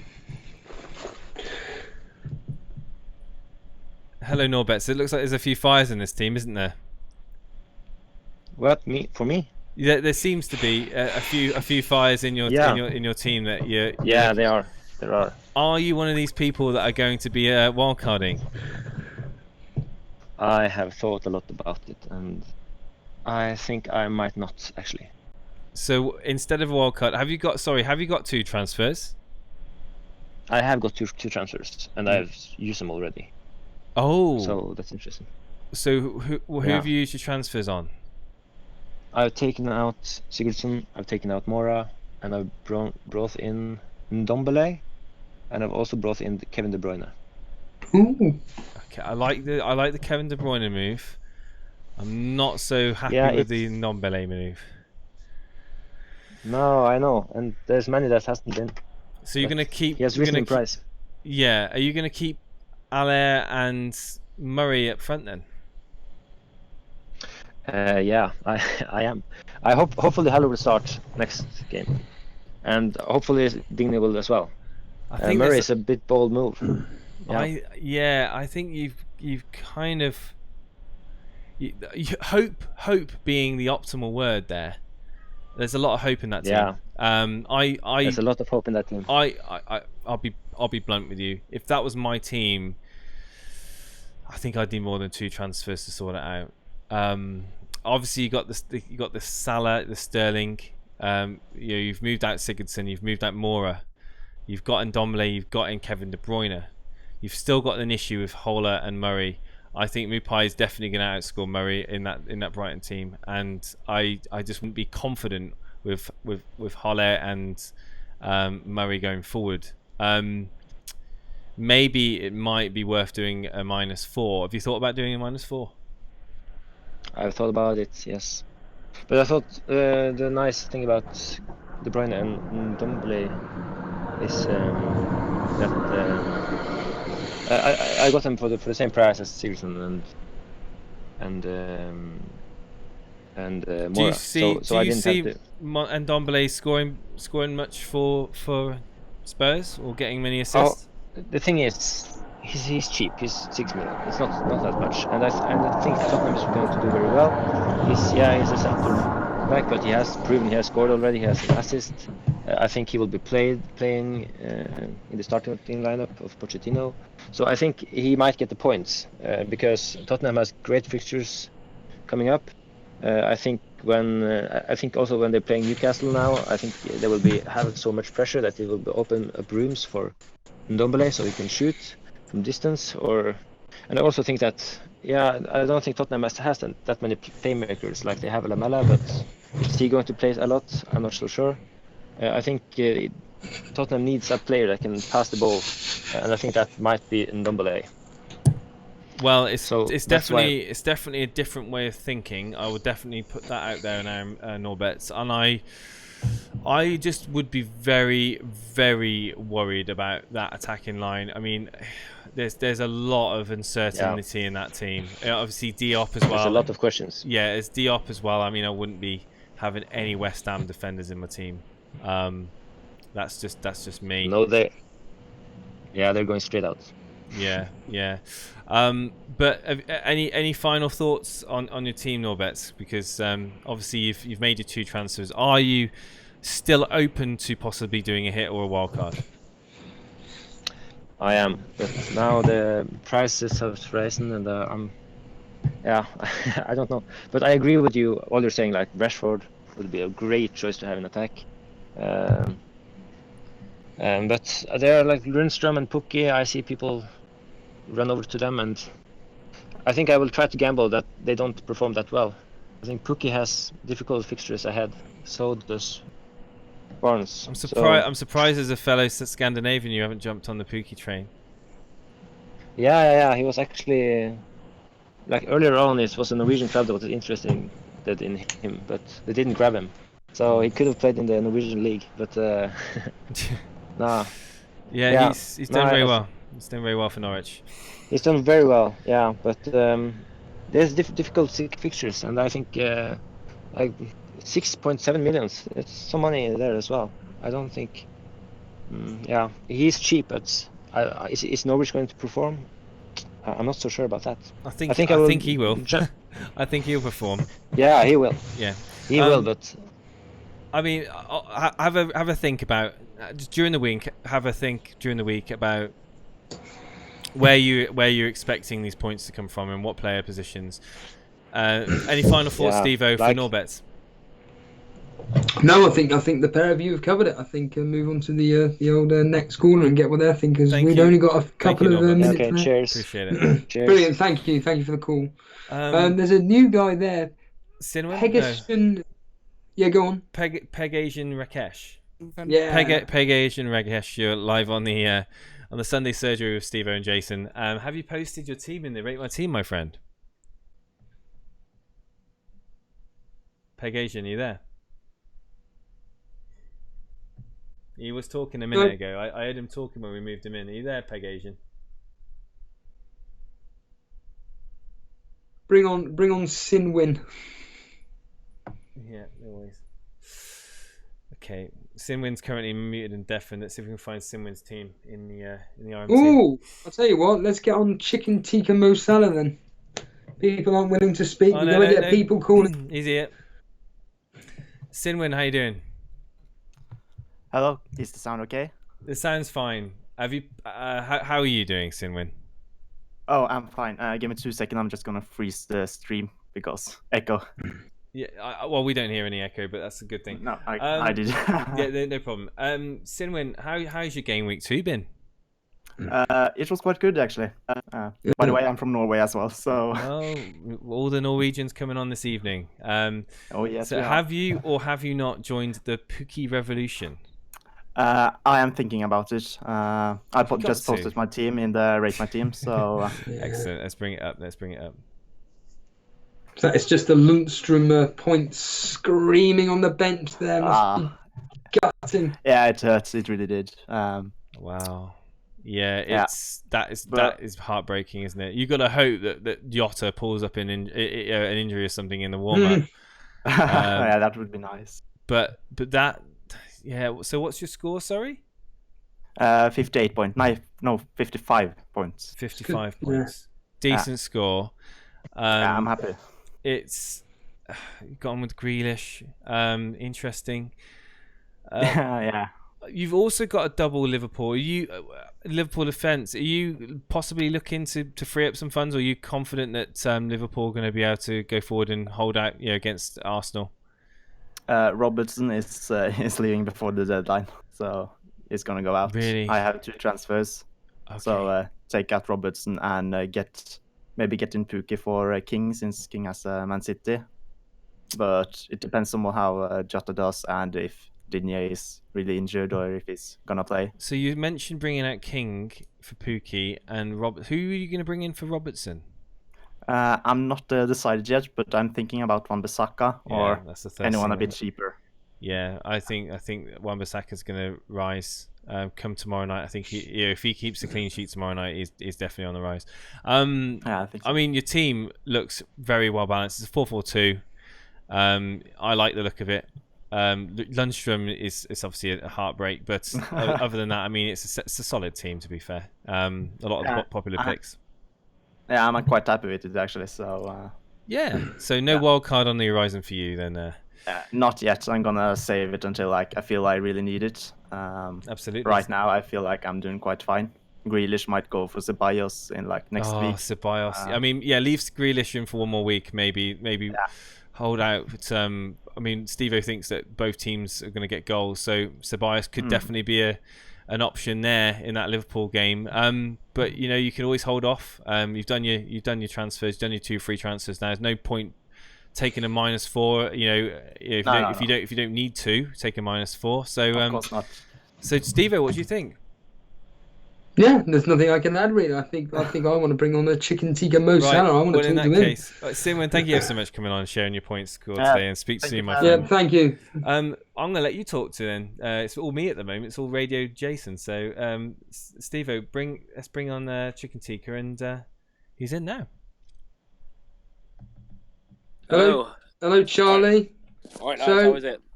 Let's get you gloating, shall we? You're second in the Cash Mini League. You use your wild card. Yeah. You must be buzzing. Yeah, I am. I'm just really annoyed that with 10 minutes to the deadline, I changed from Pookie captain to Sterling. Well, before we get into that, why did you wild card and why did you bring in Pereira of Man United? Yeah. Obviously, I've also brought in Aubameyang. So yeah, basically I just had to find, a cheap player that would play, and I know obviously Pereira's plays an attacking role, so I thought he'd be decent at 5 mil. So yeah, that's pretty much why I had to like downgrade somewhere, and he was the downgrade. So, Basically. why hit the wild card though? I don't understand. So you used your triple captain in game week 1 on Salah, which in my opinion was a fail. That's just my opinion. You've then hit the wild card button for whatever bizarre reason. Explain to the audience why you did it. Now, admittedly, you are just you're just under the 3,000 mark, so 2,873rd in the world. Like I said, you're second in the Cash Mini League. Do you think that you've just used too many chips in the opening 2 game weeks? Because I think you have. No,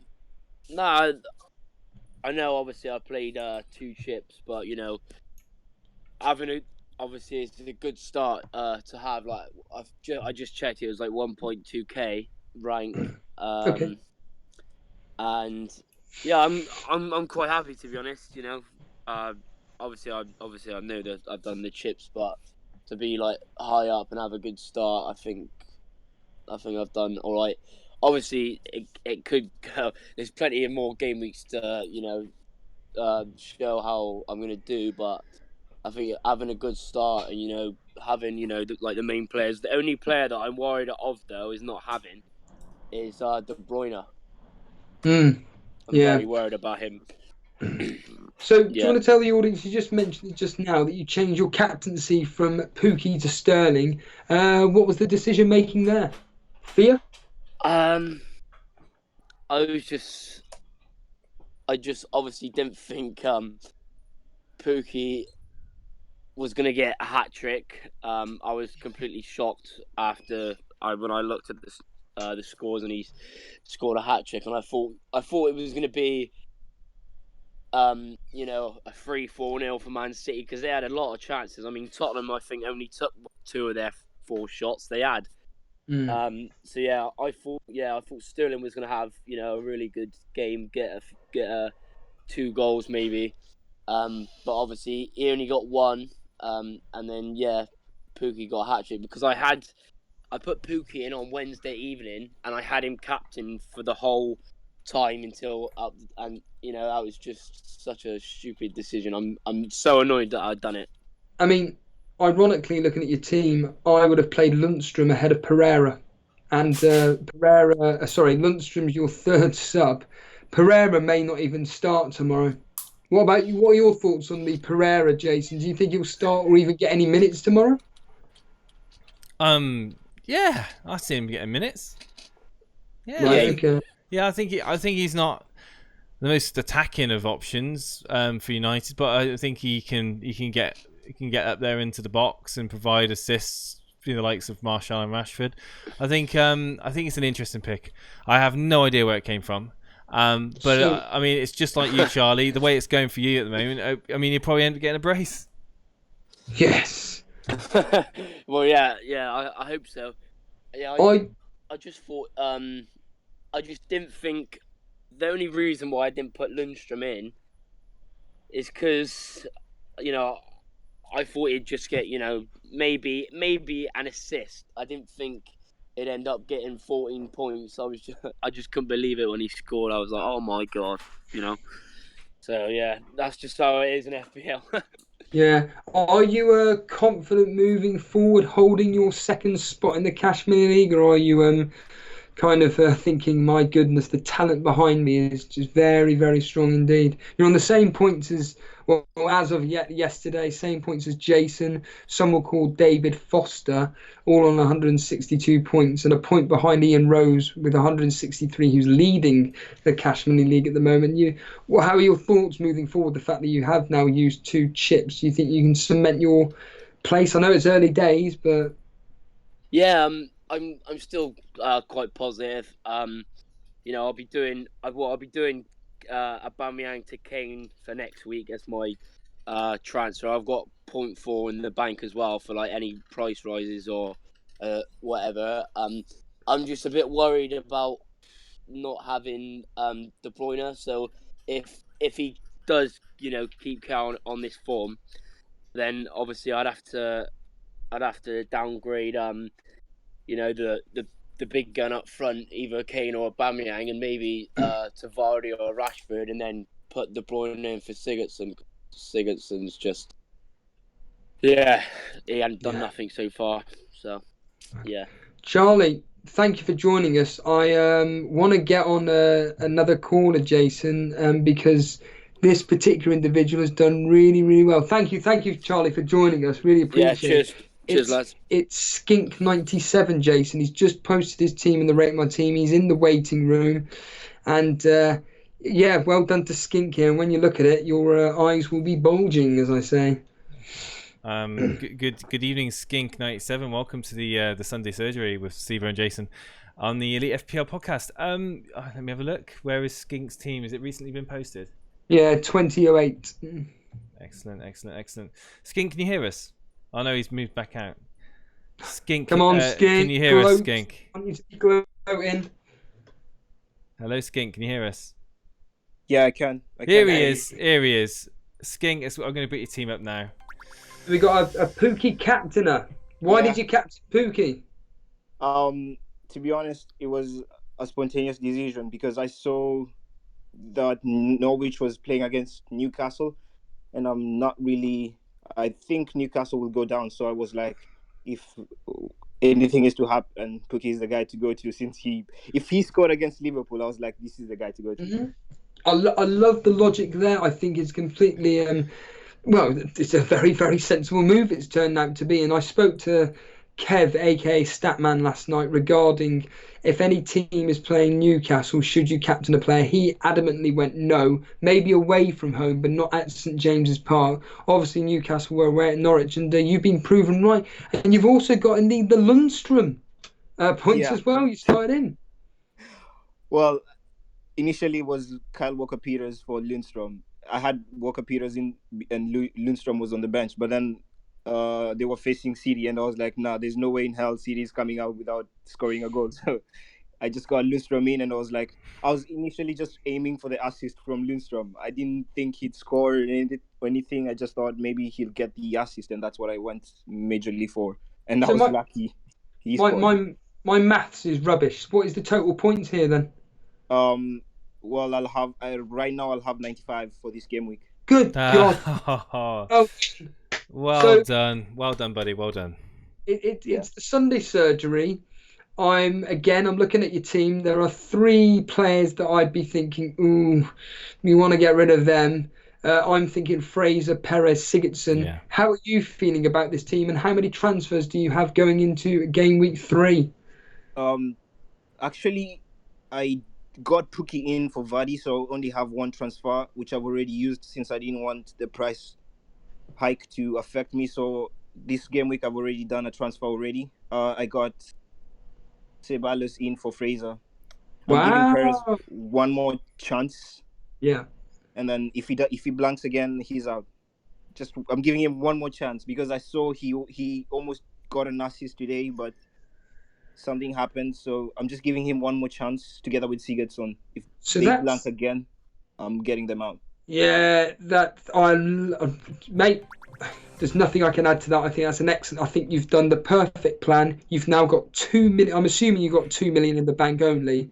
I say only, that's a lot of money. And would you say 2.5? I have 5 million in the bank. What? Yeah, I have 5 million in the bank. Look at his defense. Yeah. Look at his defensive line.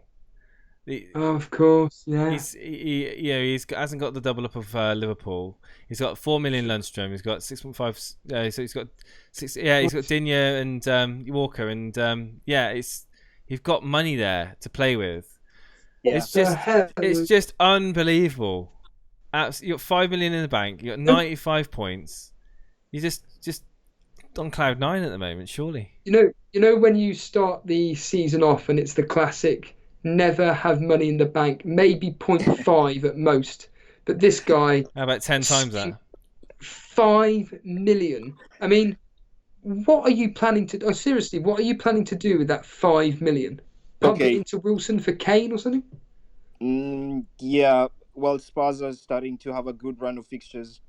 I'm waiting to see if my plan is whoever blanks, Perez or Sigurdsson, I'll get, depending on how, because I'm targeting Son to come in. So I'm waiting to see if he performs in the next game week after he comes back, and then play around with that. Are you just me? Because that's exactly my plan. Can I ask you, you've got no Liverpool whatsoever. No. Obviously, you came into this season without any Liverpool. What were you thinking behind not having Liverpool? To be honest, right now with Adrian as a goalkeeper, the only reason I'm getting Ceballos in is because Adrian is a goalkeeper, and those outside shots that they did against the team they played in the weekend, if they do that against a shaky goalkeeper in Liverpool, I'm betting. That's what I'm just betting on. I don't believe right now Liverpool is good enough to get like a good, solid, no conceding run right now till Adrian cements himself at the goalkeeping spot. But right now, I think he's a little bit shaky, so I'm targeting that. Because if Ings of all people scored against him, so, Skink, how many points did you get last week? 84. So you're having a really, really good season so far. What's your overall rank roughly? Let me check right now. Well, I can confirm yesterday, so I'm still waiting for the overall worldwide rank. Yeah. I'm guessing top 3,000, 2,000, something like that. Maybe 1,000. 1,122. Yeah. 11-2-1-1-2-2. That's crazy. Congratulations. Is all I can say. Skink. It's all upwards from now, buddy. I mean, I'll be looking at going. I mean, a few people in chat on about getting Salah in, or getting it. Oh, here we go. Don't listen to these people. You've had. I am not jumping into the Salah train. I am not jumping. I agree. Into the Salah train. Don't listen to the crowd. Do what you're doing, because I make too many mistakes like this. I listen to the crowd, and I listened to the crowd when it came to. He's going to score the Arsenal. Guarantee. I'm going to predict it right now. He's going to get a double point haul versus Arsenal. Yeah. I'm telling you. Yeah. I'm not going to sit here and pretend that he won't. But the point being is that if you follow the crowd, usually it fails. When you go with. The best example is this game week. Like, you know how many people captain Salah, and then he blanked, and then guess what happened? All the people who didn't captain Salah ended up like overtaking the people who captain Salah. Literally. The thing is, you should never judge Salah from one game week to the next. I'm not judging him for that. The thing is, you've got the money in the bank, right? Yeah. Fraser's not done anything for you. Perez hasn't done anything for you. Sigurdsson's not done anything for you. All I'm saying is, if you'd have changed a couple of those to a Salah, you'd already been, many points up. You'd been loving life. But anyway, that's just food for thought. And thank you for coming on the show tonight. And have a think about Mohamed Salah in your team, or even Mane, if you feel that Salah's not going to perform. Skink, I look forward to hearing you in the preview to Game Week 3 if you're able to come on and talk and let us know what you've decided to do, if anything. Okay. Absolutely. I'll do Cheers, that. Skink. Cheers, Skink. Take care. Thank you. Wow. There's royalty there. That's amazing. Brilliant rank there. Absolutely. Let's get on David Kiprop. Yeah. David, you're live on the Sunday surgery with Stevo and Jason. Can you hear me? Hello, David. Can you hear me? I hear your push to talk button. You might have to hold your finger on the microphone button while you speak.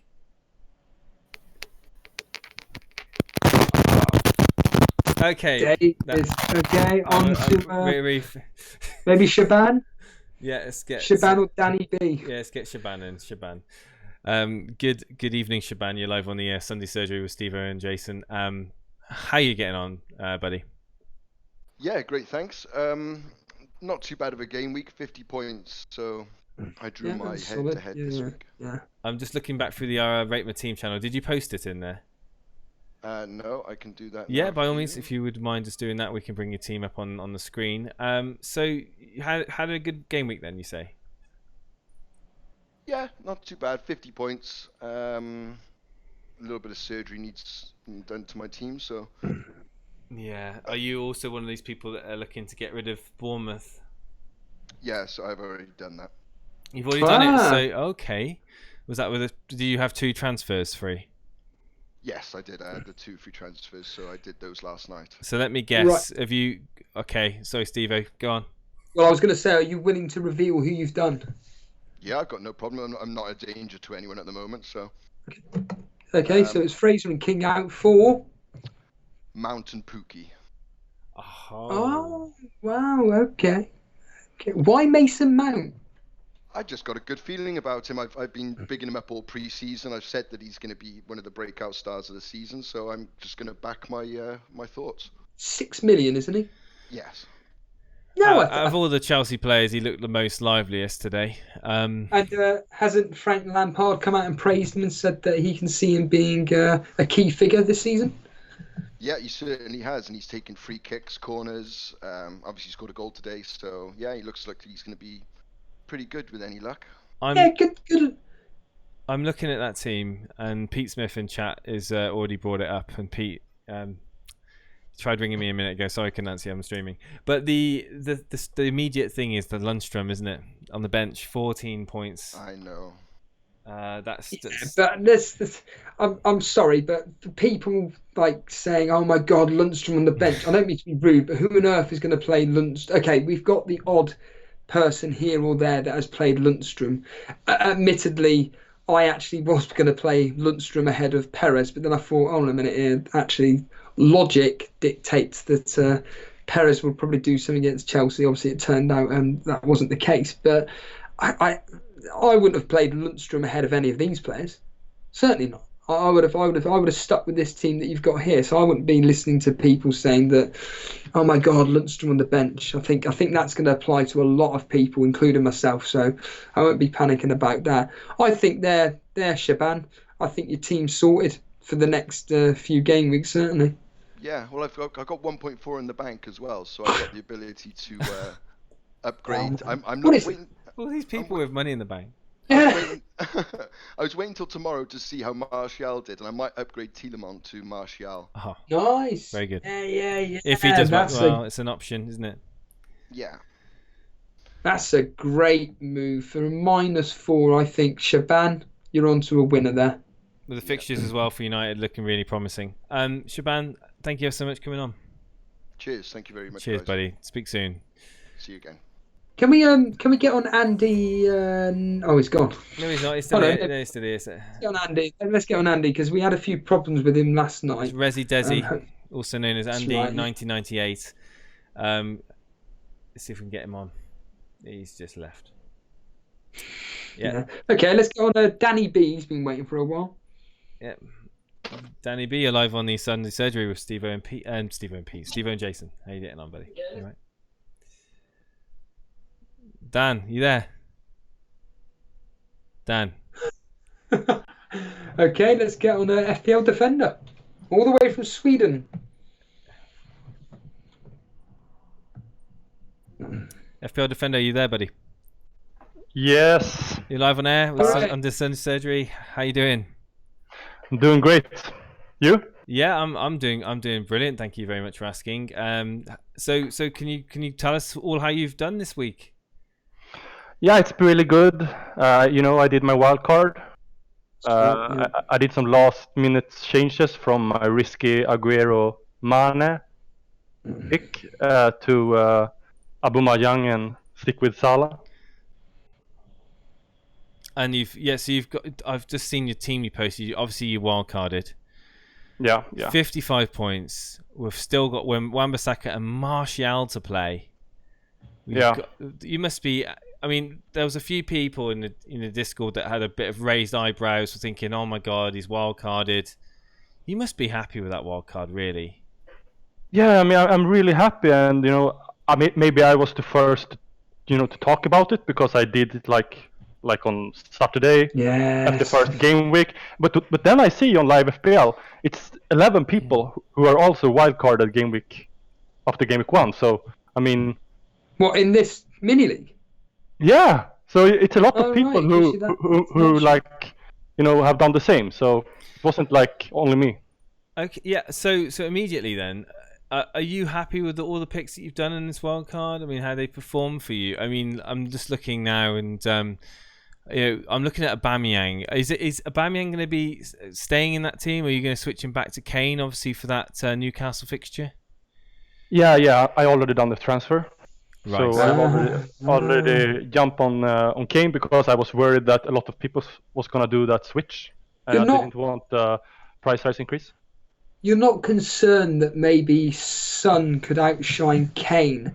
I think personally, don't get me wrong, the plan of doing the Aubameyang to Kane, Kane to Aubameyang move has worked so far.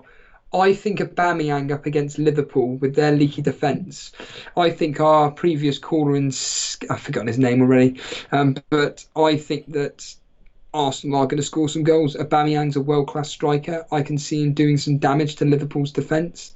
I think that maybe Kane, based on anecdotal evidence from various people, he seems to be dropping back a bit.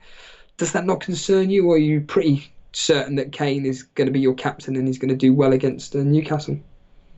Well, after seeing Pukki doing a hat-trick against Newcastle, I think that if I want to have another captaincy choice, Kane will be that one, not Aubameyang. And also after Arsenal, Newcastle, it's kind of good fixtures. Just keep Kane. And I have some other problems. I put in Makin. I will give him some more games, but there's other players I want to change. So YB in chat's saying that you got to keep Aubameyang for Liverpool. I wouldn't be surprised if you see Aubameyang score a couple. I know you've done a transfer now back to Kane, but I think Aubameyang would have been a nice pick against Liverpool as well. Purely because I think it's going to be an open game. I agree with Stevo. I think there's going to be goals in that game for both teams. I can't see Liverpool keeping a clean sheet. I really can't. I think on Liverpool, I could be corrected wrong. People could be shooting me down for all I care, but I honestly think that Klopp has learnt from last season.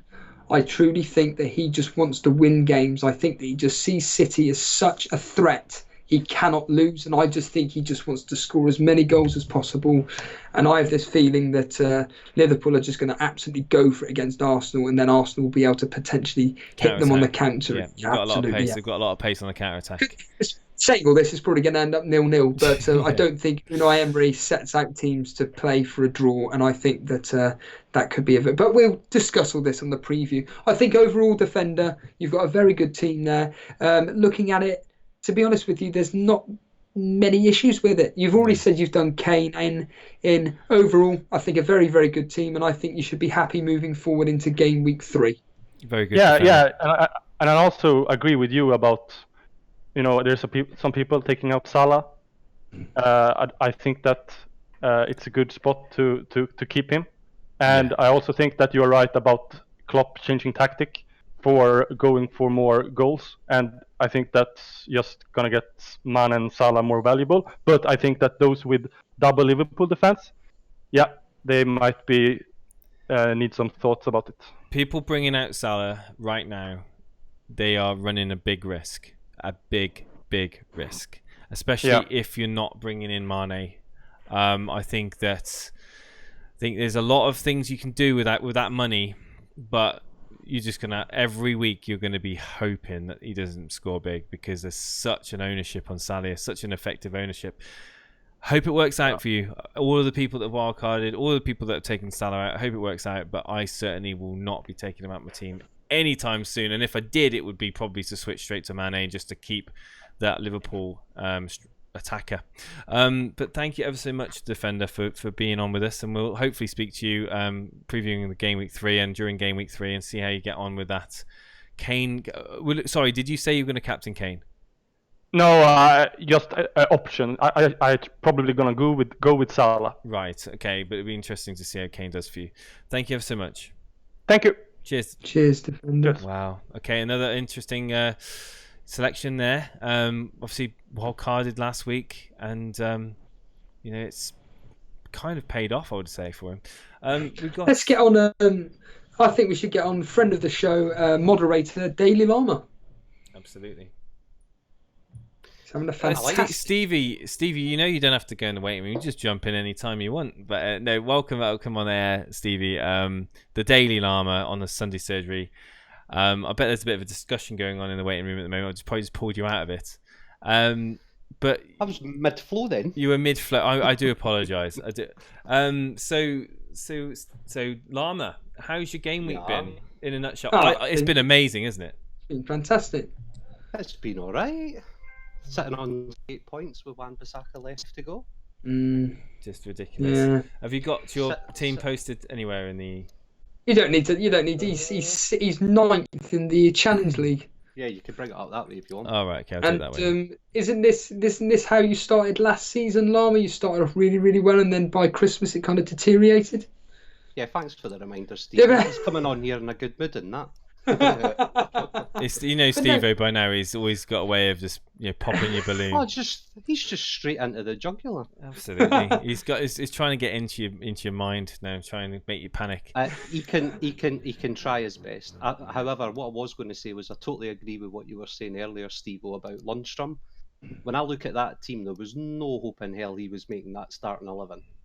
No, I mean, I'm looking at your team right now. Who are you gonna put Lundstrom in for? Absolutely nobody. In this specific team up on screen now in the 3-5-2 for anybody listening on an audio, it's a beautiful team. Tom Heaton, Van Dijk, Digne, Wan-Bissaka, Salah captain, Sterling, Perez, De Bruyne, Trossard, Pukki, and Wilson. Llama, you're one of the few. You're one of a lot of people that have went on that Pukki bandwagon. Well done to you. You must be loving life. Yeah, no, as I say, I think I mentioned this right at the start of the week. I think that's where Jason's ears pricked up and went, oh yeah, I might do that little Pukki move myself.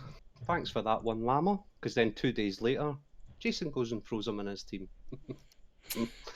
But yeah, he was absolute gash when he played with Celtic. And then since he's left Celtic, he's grown into that attacking player that he should have been when he was with Celtic. When I watched him, though, playing against Liverpool, he had no care in the world about attacking that defence, and I thought, that's the type of striker I'm wanting in my team. So as soon as that game was finished, I put Pukki straight in. And I had him in right at the start of the week, to be totally honest with you. Because I was looking at Wilson and King up top, and I thought, nah, I'd rather have Pukki than King. And then King goes and gets that penalty. Sorry, Stevo. King gets that penalty in the first 2 minutes, and I think, oh, Jesus, it's going to be one of these weeks, isn't it? But then, nope. Steps up, Pukki. Wilson had absolutely no goal attempts in that game whatsoever, no shots. And it's ironic, isn't it? The only way he gets points is because he gets fouled in the box with a penalty that King takes. He's got to be a fire that you want to. Well, not a fire, but he's got to be surely an option that you want to move on now. Really. So I'm looking at Wilson and Perez. And I don't mind sharing where my head's at, but I'm looking at Wilson and Perez. I'll wait and see how Martial gets on tomorrow night, and then I'll probably go Martial and Barnes. Interesting. I think that's two beautiful transfers. Martial and Barnes, or what about me? My idea was Ceballos and Rashford. No, I'd rather have Martial and Barnes, because Martial is virtually playing up front. He's out of position. Ashley Barnes, in the form of his life at the moment, I think those two transfers, Llama, are excellent. Yeah, so as I say, Steve and Jace, we'll just wait and see how Martial plays tomorrow night. If he plays okay, then I'm potentially looking at 7 forwards, basically. Because I think Trossard will start at home again, to be honest. Yeah, I completely agree with you on that one. I certainly think that looking out for what Martial does tomorrow is certainly key. Are you a bit disappointed in Tom Heaton so far, or are you still sticking with his?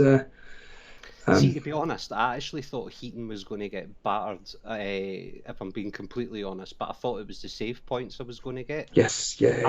I'm just going to ride the wave with it, though. I'm not going to start poking about with keeper rotation at the moment. I think if I can ride a little wave till I come back my holidays in a few weeks, and then possibly look to wildcard round about the international break, I'll be happy with that. If I can just keep a team floating along. I think looking at this team here, I think it's great that you've got Trossard. Excellent pick for now. It's paid off dividends. And yeah, I think what Jason's just, I mean, yourself has said, Wilson and Perez, they're the only two players that stick out where you think, oh God, they're horrible. Rest of the team, mate, is absolutely sublime. I think it's brilliant. It's a very good team. I do like your team. I do. It's a bit similar to yours though, Jason. Bit of a rival. Change that. Yes. Yeah, you change it, mate. Change it as much as you want. Well, you know what I'm changing it to. But yeah, thanks.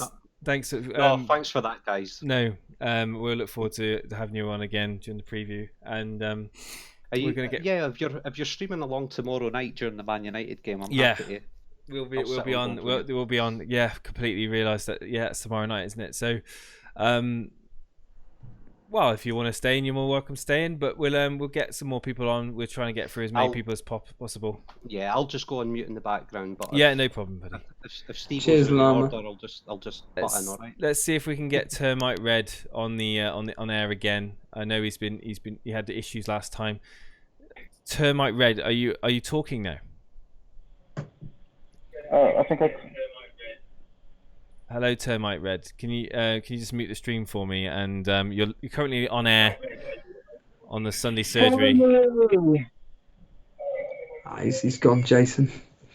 Can you hear me? Yeah, we can. Can you guys hear me? Yeah, we can hear you, Termite. Finally. Since yesterday, I've been trying to get on. It's like it's like you're 30 leagues under the sea. You're in a submarine. I'm on the outside of the submarine in a scuba suit with my ear to the edge of the submarine listening to you talk. I could just about hear it. Have you posted your team in the RMT? Yes, I did actually quite a while back. I could repost it. Might be beneficial if you can repost it for us. If I will try and find it though. All right. Are you happy with Gameweek 2, Termite Red?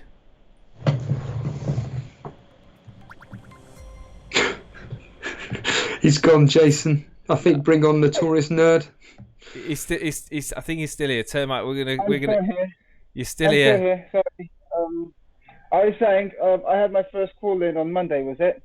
And I was telling Stevo I was going to bank a transfer and hope beyond hope that Lindstrom does something for me, and did he deliver? Right, 14 points. I went from 2.5 million to 150k. Well done. Well done. Well done. Honestly, right? It can only go downhill from here for me, I think. Oh, can't take that attitude. There's plenty more ranks above you that you can gain. Termite Red. Whereabouts are you from, by the way? Are you actually in a submarine, or you're in somewhere in the UK?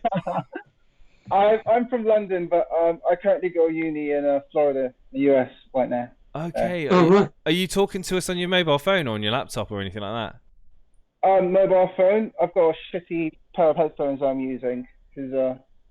Oh, okay. So it's using your headphone microphone. Yeah. Okay, no problem. Let's see have you posted your team? Sorry, in the RMT. 1 second. Yeah, okay, no problem, Termite. No worries. So we'll wait for him to post. Just done. You've just posted it, yeah?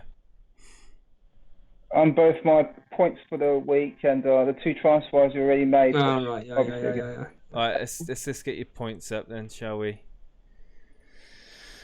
So here's your point score. So you've got 71 points. Lundstrom with that mighty haul of 14, absolute top class. Well done on that. Yeah.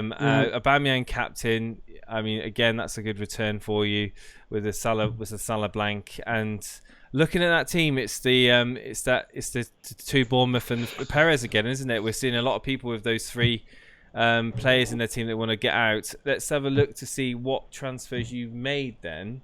Well, I think he's made the biggest mistake possible. I just assumed that he got rid of King for Pookie. No, you got rid of Aubameyang for Pookie and brought in Ceballos. I've got explanations. Kane might still come in. I actually done that because I didn't want the Pookie rise to happen yet, and I just done some hokey pokey. I've got a lot of money in the bank. I'm going to wait until about Friday to see if anything happens to Kane before I bring him in. You know. Oh, sorry. Right. I made a Tobias transfer for the same reason as well. He's rising in a few hours, so I didn't want to miss out on that. So you got rid of Lucas Moura then? Yes, because Right. if I'm bringing in Kane, I don't want to triple on them. I don't trust Spurs to that extent. No. So who you bringing Kane for King? Yeah. Yes. Wow. Okay. Fair enough. That's yeah. Fair play to you. Yeah. So that's a logical move. I like the look of the team. Still, Perez is still a bit of a question mark. I mean, he's got 2 more games probably to prove himself to you. Is that right? Mm-hmm. Yeah, the way I see it, I think of it as I've got a contract with him. I done the same with Fraser as well. Mm. You know, I said in his first 2 games, you need to get me this number of assists or goals. Yeah. Obviously, he's done nothing, but I'm still giving him that. Are you worried about Arsenal fixtures though? A bit. But I just hope the rest of my players can produce some points somewhere. Because, like, I mean, for example, Mura, I didn't expect Mura to do anything this week. He didn't come off the bench and scored his first touch. So I hope something. I mean, I think Ceballos is going to be in a lot of people's teams within a very short period of time. I think going forward, I think Arsenal are great going forward. I wouldn't be advocating any defensive options, but I mean, to be honest with you, you don't get Ceballos in for his defensive points or for his 1 point clean sheet. Yeah, I mean, you get him in for the potential assists and goals that he can score. He's on set pieces, he's on corners. He's looking very threatening, and we talked about it already earlier on that Liverpool are going to be gunning to try and get some goals in their game. They're going to leave lots of spaces open for the likes of Ceballos, Pepe, Lacazette, Aubameyang to get in behind, and I can see there being goals in that game. So you could very much well be onto a winner there. Yeah, and that's the thing. I have faith that Arsenal might do something, and having Aubameyang, I don't have 11 million faith in them. I have 5.5 million faith in them, which is why I brought in Fabregas, if he does something. It's 5.5 million. It's a little change in the bank. You know, just whatever happens, if he gives me 2 points, it's still 5.5 million. But I'm not going to give them Aubameyang so he can bank. Absolutely. No, I mean, the King to Kane move is a great move. So, any final things you want to add before we get the next caller on, Termite Red? It's the first time I spoke to you. It's a pleasure. How long have you been part of the community? I've been watching the videos since about late last season. I joined the Discord during the pre-season streams you lot done. Yeah, this is the first time I've actually had you stream when I've watched as well. And called in. Right? It's nice. Well, hopefully next time. Maybe not use your headset because it's the microphone. The microphone will probably in fact, the microphone on your mobile phone without the headset on will be a lot better than your headphones. So just maybe try it with your normal headphones and turn down the volume on the stream on the actual call. Thank you ever so much, Termite Red. Appreciate that. Cheers, man. Cheers. Cheers. Thank you. Excellent. Let's get on a Notorious Nerd next, I reckon, and then maybe Vince Chapman. Notorious Nerd, you're live on air on the Sunday Surgery, my friend. How are you doing? I was going back out again. Notorious Nerd, you're live on air at the moment. How are you doing, buddy? Hello. You're in the waiting room. You're in the waiting room to come on air. You're now on air. How are you doing? Oh, I'm doing good. Thanks for having me. No, it's fine. It's fine. You must be absolutely loving life. You were one of the few players that played Lundstrom. Well done. Yeah. I always knew that he's gonna deliver with the points this game week. So right, you did. You were hoping. Hold on a minute. To be fair to Notorious, Gilbert didn't even play. So even if he started Gilbert, Lundstrom would have come off the bench. But his bench, Notorious Nerds, is Gilbert, Greenwood, and Loughton. So actually, well done. I think that you have played a blinder here. Yeah, I had a calculated risks with Lundstrom. So at the beginning of the season, I thought he was worth a punt at 4 million in case he becomes the out of position defender. So yeah, it's proving to be good value. Who would have thought that? Who would have thought that if you're in your team? So for anybody listening audio, it's Matt Ryan in goal, Lundstrom, Van Dijk, Digne, Richarlison, Trossard, Sterling, Fraser, Salah captain, Wilson and Jota. And who would have thought that Lundstrom and Digne would Well, well, Lundstrom alone has outscored Sterling and Salah. Yeah. These are the sort of weeks you need people like Lundstrom. Absolutely. You must be enjoying the fact that your Trossard pick has finally paid off. Yeah, finally, he started and he did really well. He could have had another goal if not for VAR. So he looks like a good pick at the moment. So yeah, I'm happy. And you still got Jota to play at home at United. Are you confident about that Jota I'm confident. fixture? Yeah. You are confident. He looks in good form. Yeah, he looks in good form, especially. I'll tell you what else looks in good form. I'll tell you what else looks in good form. United's defense.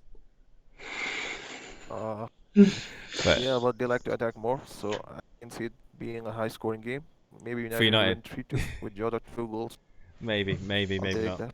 Yeah, I know. I'm sure you would take. I'm sure you would take that, and your luck. I mean, that would be an amazing cap to the end of a great week for you. Going forward, have you got a plan? I've got 2 free transfers, so it involves taking Fraser and Wilson out. So I'm looking at options like maybe Martial, how he does, or maybe getting De Bruyne by downgrading Wilson to Pookie or someone. So those are my.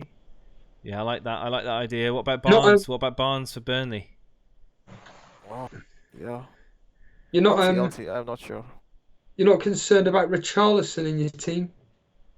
He'll get 1 more week.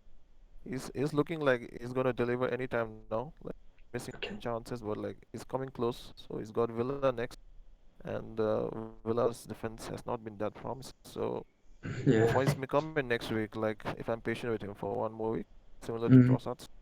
Excellent. I mean, interesting. I think your team is very strong. I certainly would be giving Richarlison one last chance and then getting rid of him if he doesn't perform. The two, Wilson and Fraser, I think you can free up that money. Bringing the likes of KDB is just an absolute winner in my opinion. And I think you're set. Other than that, you've got a very strong team. Well done, Notorious Nerd. Thanks, and thanks for having me, and best of luck. No, thank you for and look forward to having you on again. And we'll get to the next caller now. Thank you, Notorious. We'll get Vince Chapman on, and there's a lot of people actually in the waiting room. Wow, it's crazy. See if we get Dan in again. Dan Bull, are you there? Are you there, Dan? Yes. How's it going? You okay? We tried getting you on earlier on, but you must have been away from your phone or something like that. Oh. I was just talking to Vince actually. Oh, we'll get Vince on after this. But Dan, have you posted your team recently in the Rate My Team on Discord by any chance? You're better off going in the league, Jason. Yeah, I am. 60 seconds, yeah. Oh, okay. Yeah, all right, Steve. I can't. Which one in the 17th in the Tour Bear League, 62nd in the Community League. That's the better way to look at it. Let's get the Tour Bear Elite one up. It's better. 17th. There we go. It's easy to find you there. Yeah. Olympique Bologna. Let's just. I've got a good team name and a good kit, but this week's point score is not great. Right. So yeah, it's not been the best week for you, has it, Dan? Let's be honest with you. But are you starting to see the light on Glenn Murray?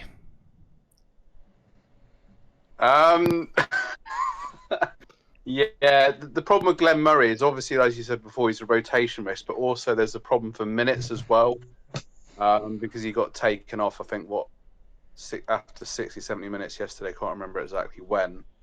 So 63 minutes game week.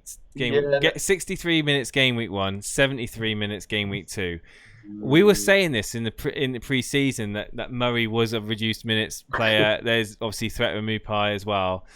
Are you sticking with Murray going forward, or are you starting to think, actually, no, I can really bring in other players like Pookie, for example, or Barnes? I had to mention Pookie. I was sick as a dog yesterday. No, I mean, Murray's a gamble that hasn't paid off.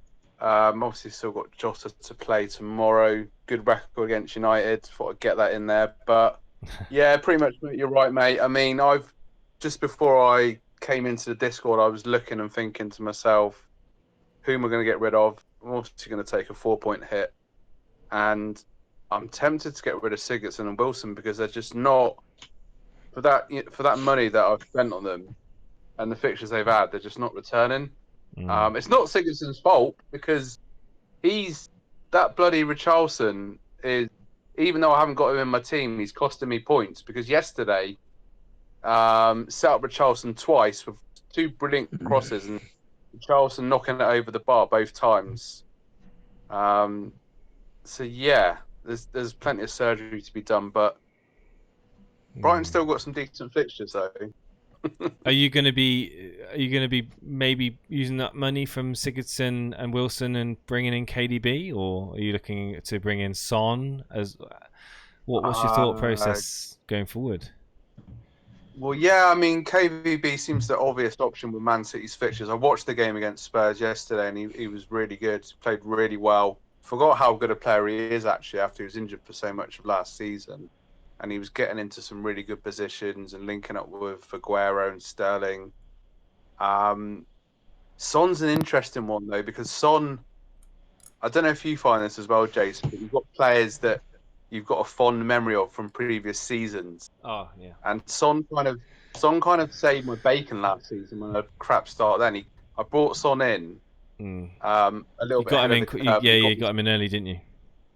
Yeah, that was after the Asia Cup. So it is bloody, because that fixture against Newcastle. I mean, Newcastle was just a joke yesterday. I thought they'd think, come on, this is a 6-pointer. Lascelles would do something against Pookie, but it just didn't happen, and could have been more goals. So yeah, Son is tempting, and then it's just a case of, if Murray or Wilson's got to go, who am I going to get in to replace them?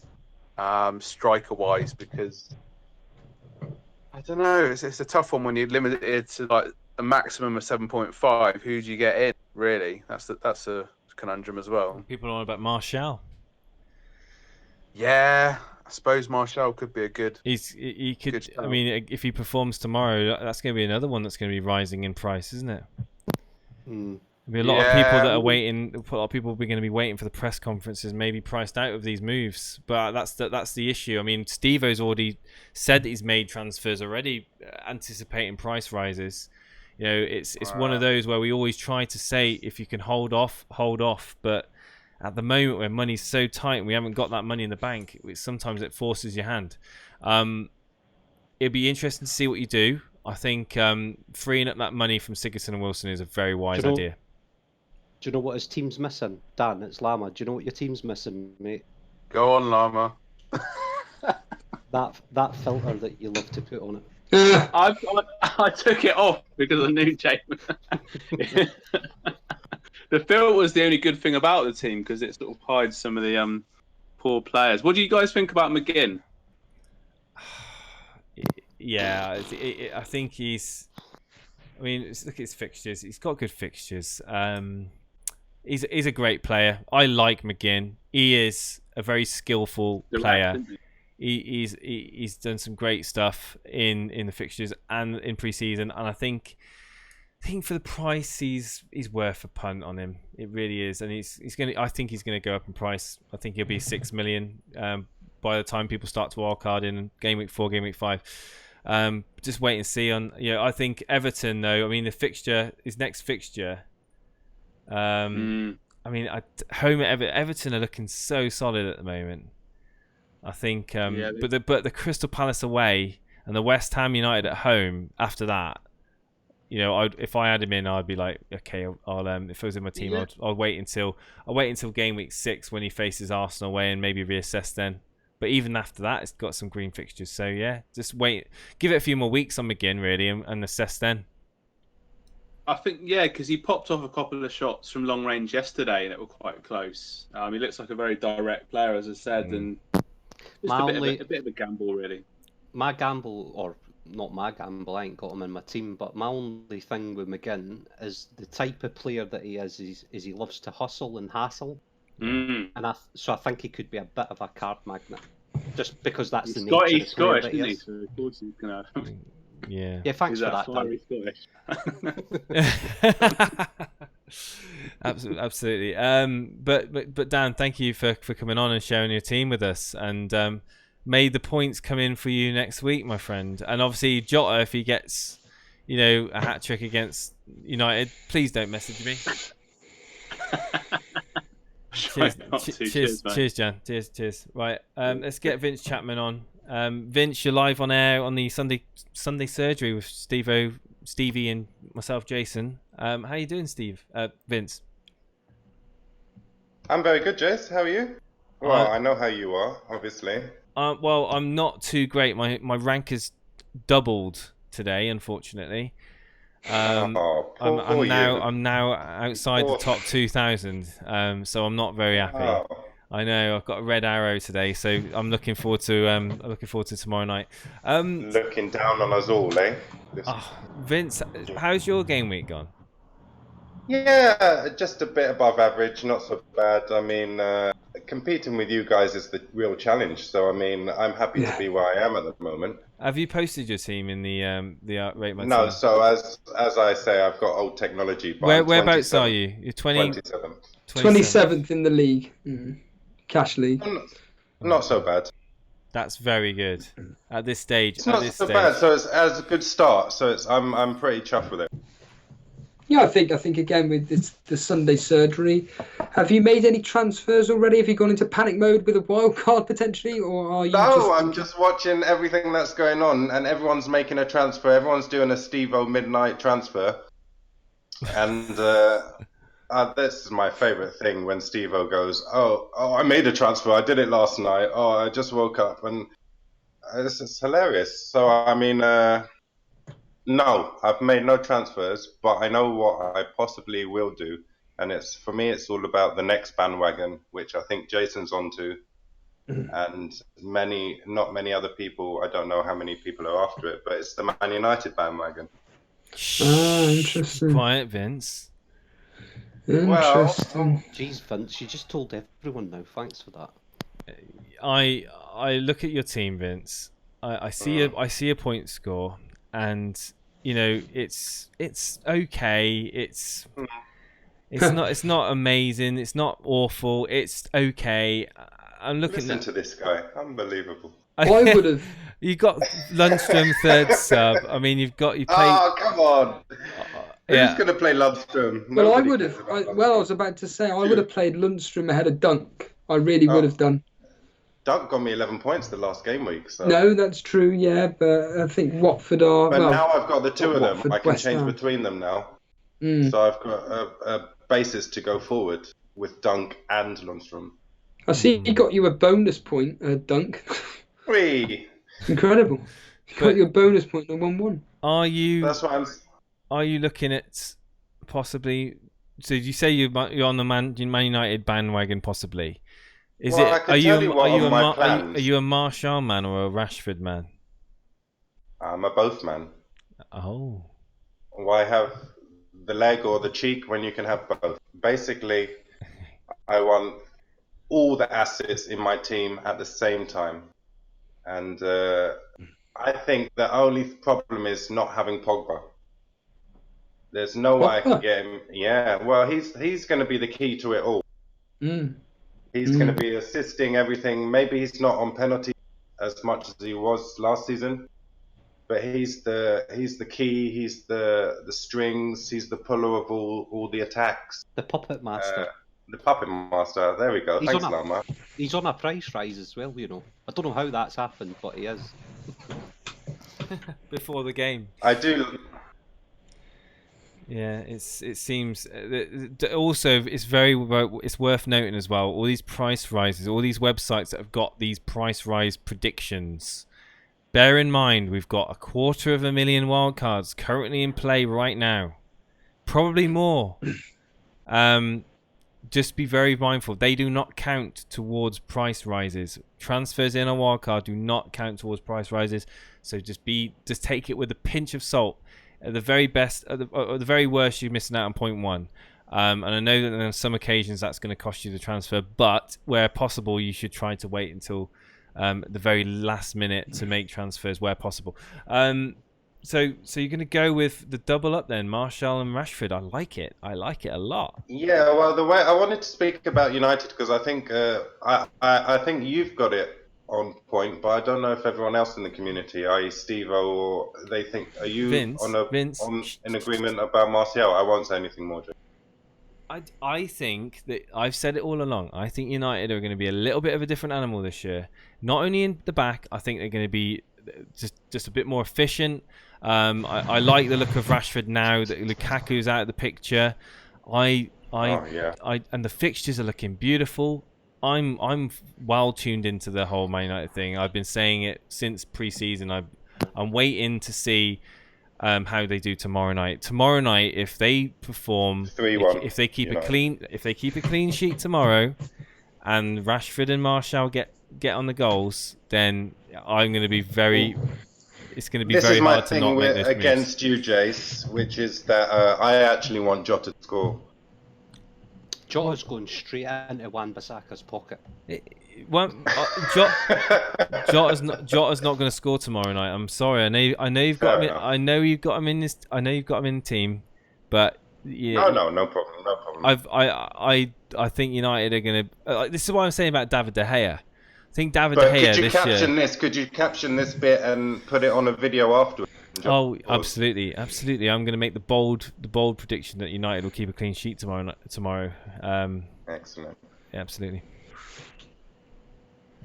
But yeah, all the best to you, all your Jota owners. Thank you very much, guys. See you now. Cheers, Vince. I appreciate it. Cheers, Vince. Can I just shout out another fan of the show that's been with us from quite very, very early on in the day. It's our man Dylan. He's 7th in our no, he's not. What am I on about? He's not 7th.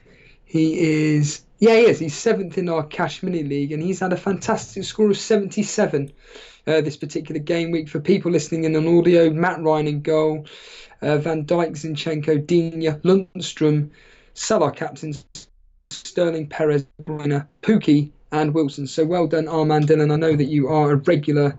Well, you're here every stream that we do. You're here, and it's absolutely. We really do appreciate the support. So thank you very much. I thought I'd give your team a shout out there. Excellent. I just want to say that I think I've solved the camera resizing of Stevo so hopefully now, touch wood, going forward we won't have any of these issues with him going small and that. But a few of you noticed that my new friend up on the wall, Mr. Pookie, he's going to stay up on this wall, and we may add to it. So, but yes, well spotted, everybody. Well, I think you're missing Matt Ryan. Ryan should be up and above for next stream. The Matt Ryan one, yeah, absolutely. Well, we'll see how he does, if he stays on my team or not. Just another thing, really. Guys, the Discord, if you're tuning in, you don't know about it, we've got a growing community on Discord right now. We're using it for the phone-ins. The people in there are great. They're talking away on the Hangouts, on voice. They're talking away in the text chats. It's free. It's 100% free. I noticed somebody earlier on in the chat were like, "Oh, do I have to pay to subscribe?" No, everything's free. This community is open to everybody, and everyone's got their own opinions and where they're welcomed. So if you haven't already, please join the Discord. We've got time. Yeah, one more call with Andy, I think. Let's get Andy 1998, aka Resi Dezzle. Andy 1998, aka Resi Desi. Can you hear me? All right, Jason and Stevo, how's it going? Yeah, good evening, Andy. How are you? Not too bad. Had a good game week, so I'm pretty happy. Excellent. Have you posted your team in the Rate My Team? Yeah, I can read. It's at 2029. And we've got a very good team. I just wanted to say before we have you got us coming out of your speakers, by the way, Andy, because we can hear ourselves back on the stream. Just God. Just turn us down a little bit. That normally works. Okay. How about now? Hello, testing. Yeah, that's better. Yeah. Yeah, it's a bit better now. Yeah, I've got your team here. You wanted to give a shout out to Notorious Nerd, Andy. Yeah. He said yesterday that Lundstrom would get 10 points. And he Brilliant. He was bang on. That's fantastic. That's great to hear that the well, let's be honest here. Jason's just been promoting the Discord group, and you've just had some great information from one of our regular members in Notorious Nerd, and so you did actually choose Lundstrom for that advice. Ahead of Perez. Not from that advice, but I just wanted to give him a nod on saying it yesterday because yeah, the deadline. I had him in before the deadline. So That's a and the move. reason was because That's a move and a half, though. Putting Lundstrom in over Perez. I'll tell you what, absolute genius move. And I think Perez wasn't going to do it. I think Perez is in the last chance saloon for a lot of FPL managers. A lot of FPL managers already transferred him out. Not only the Lundstrom move, but the Pukki move as well. Absolutely. I mean, that score of 72 points. Mm-hmm. Wow. You've got to be absolutely over the moon. And I was saying that Jota's going to get a clean. Sorry, Jota's going to not do anything, and United's going to get a clean sheet tomorrow night. Are you willing to disagree with me? I'd like Jota to score, and Man United still win, but I can agree with you, Jason, that I don't think Jota's going to get in tomorrow. Wow. Well, for your sake, I hope he does return well for you. But I know a lot of people own Jota, and I'm very fearful. Obviously, he's got a good history against United. I am fearful, but I'm also optimistic. And I'm optimistic because it's no longer a Jones-Smalling defence. It's now a Maguire, Lindelof defence with Wan-Bissaka, and sure. And I think it's going to be great. And I wanted to say, Jason, thanks for the heads up on the captain Sterling, because I just changed them like a minute ago before the deadline. You were the one we were in the channel. We were talking about it, and I was saying about the risk versus reward, wasn't I? Yeah. And I will say now that I'm very sorry that Sterling didn't do better for you, because I was convinced he would. And in that game, how City didn't score more was beyond me. If you watched the game, you'd probably agree with me. They had a lot of chances. It was very, very one-sided, that game, and I think it was just not taking the chances. But thank you. I thought KDB did. Yeah. He surprised me. He surprised you? Yeah, I didn't think he was going to do that well. It's KDB. I know, but he didn't do much last year, and I know he was injured, but because he was injured, he couldn't do a lot. To be fair, but that's true. Where were you on the He's cast on in that. Yeah, it's where were you on the 16-17? Oh, sorry, the 17-18 season. When he had we watched him that week. I probably wasn't taking the game seriously enough. That's what the problem was. No, absolutely. I think that look. So, are you set then for game week 3? I've already made transfers. Okay, and how many transfers did you make? Sorry, my dog's gone a bit crazy in the background. How many transfers did you make?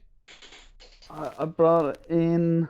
I made 2, and I got rid of Perez and Wilson, and brought in De Bruyne and Greenwood. Excellent. Oh, wow. But I have, because Perez was on the bench, Greenwood was on the bench. Yeah. So you've gone with I like it. I like that. I mean, just bringing De Bruyne in your team is perfect. I think the Salah, De Bruyne, Sterling remove is that midfield is brilliant. But thank you ever so much, Andy, for coming on. No worries. And absolute congratulations on your score. I think great transfers. Yeah, I moved from 400,000 to about 9,000. Wow.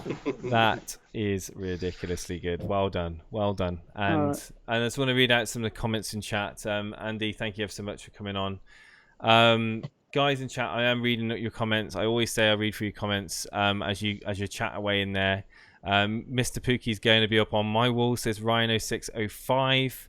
Wolves are better than Man United, says Tommy Luamala. I don't know about that, but okay, let's agree to disagree. Anish says, welcome to you, Anish. If you're new to the channel, please hit that subscribe button. It's absolutely free, doesn't cost you anything. And also, if you like the stream, hit the like button as well. It helps us grow on YouTube, as we're quite a young community, just growing away. Man United to lose 3-0 tomorrow, says Fast Air. United will smash cocky little Wills up a good and proper, says Antonio. Looking at Antonio, he's an Everton fan, so I like that, Antonio. I like your thinking there. Man United don't have any good defensive midfielders. Defense got no protection. De Gea is not Superman. He can't save everything. Literally just Just wait and see. Just wait and see. Isn't you guys going off? Say again. You guys going off now? Soon. It's Bruno. I was working with Capkin to sort his mic out, and he's just managed to sort it out. So I just wondered if you wanted to bring him on air. Oh yeah, absolutely. Let's bring him on. Capkin Gaming. Just before Capkin speaks, right now. we've just Unmute had a yourself, donation of Capkin. 10 We're just euros from speaking. Shane McGuinness. Wait, what? Just had a €10 donation from Shane McGuinness. Thank you it's just so coming much. in now. That's wow. Thanks, guys, for the great content and for building such a fantastic community. Disaster of a game week other than Barkley bench getting me the Lundstrom points. So well done to getting the Lundstrom points off the bench because Barkley didn't. You should be giving the €10 to Frank Lampard, but thank you for that. Really do appreciate that, and very grateful. Very, very thankful of that, and we've kind of got a bit of a YouTube guest on this evening with Capkin Gaming. Capkin's been a viewer of the show, and we've been watching him for quite some time now. Capkin, welcome to the stream, my friend. How are you doing? Hey, can you guys hear me well? Yeah, I can hear you fine, Capkin. Yeah. Welcome, buddy. Oh, God. I was trying to fix up this headphones, and now I did it. Boomer, thank you so much, man. You're a lifesaver. No worries, man. Boone is he's very, very good. We wouldn't be where we are today without Boone. I put it that way, and Llama, and all the rest of the mod team. So Capkin, how have you done? Let me see if I can find your team first and foremost. Yeah. Let's find you. Where are you? Oh, by the way, I have to say this thing that you're doing is too good, man. It's awesome. Thank you. And I like truthfully is pretty much one of the best things. Coming from you, that means a lot. Thank you ever so much. Are you? You're in our cash league, aren't you? I am. I'm not in your cash league. Oh no, you're in the community league. Where's the easiest thing I can find your team? Where's the easiest thing I can find your team in? So Elite community lead. I'm 106. Perfect. That's perfect. Oh wow. Well, I just want to say, guys, we've got a lot of people joining the community league. Holy moly, right? Oh, okay. Let's find you. I found you. Capkin. Right. So we're on the Sunday. This is the Sunday surgery. Let me just hide these so you guys can see. So Capkin, you're on 50, which is a respectable score. Have you had all your players play? You have had all your players play. What's your initial diagnosis of your game week? Do you know what? I'm actually happy. I'm okay. I'm calm. I'm chilled.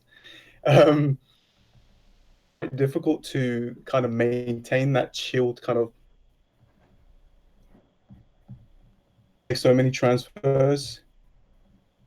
Trying to hold out as long as I can. My last, I gave myself a rule, hold my transfer as long as I can. So yeah, it's okay. 50 is okay. It is. It's a decent score. I mean, I tried to aim for 60. I think 50 is a solid score. I think you're right. There are a lot of people that are. I hate to say the word, but they are rushing into transfers. They're getting rid of Perez. I mean, I'm annoyed at Perez. I'm looking to get him out of my team. If I was a Sigurdsson owner, I'd be very frustrated. Everton are just not finishing. They're not finishing anything at the moment. Sigurdsson has been creating stuff for the likes of Richarlison, just hasn't been getting those assists. It's frustrating, and obviously you played Mora, did get you those points in. Yeah. We talked about it already. You wouldn't have played Lundstrom over any of those any of those players. No. So it's not even one of those where you can literally kick yourself either. Ultimately, it boils down to King and Wilson, and are you looking at either of those to change out? And I was talking about Manchester United earlier on the stream and how I feel that I want to get involved in getting in some Man United attackers, whether it be Rashford or even Martial, depending on the price. Are you on that same mindset, or are you still kind of like 100%? Yeah. Because the fixtures are really enticing, aren't they, for Manchester United? And we've got the benefit of seeing the game tomorrow night as well, haven't we? So, if Manchester United does well, which is a difficult team, then 100% I'm going to get a Manchester United player. If it's going to be Rashford, I don't know if it's going to be Martial, but I'm going to get one of them.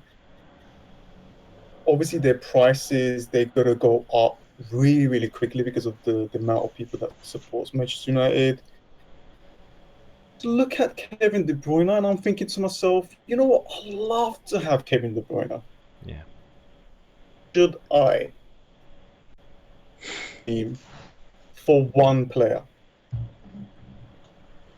I would rather fix the other issues that I have in my team, such as Luka Dean. There might be some issues there. Perez, who is not doing nothing, and getting rid of one of the ball players.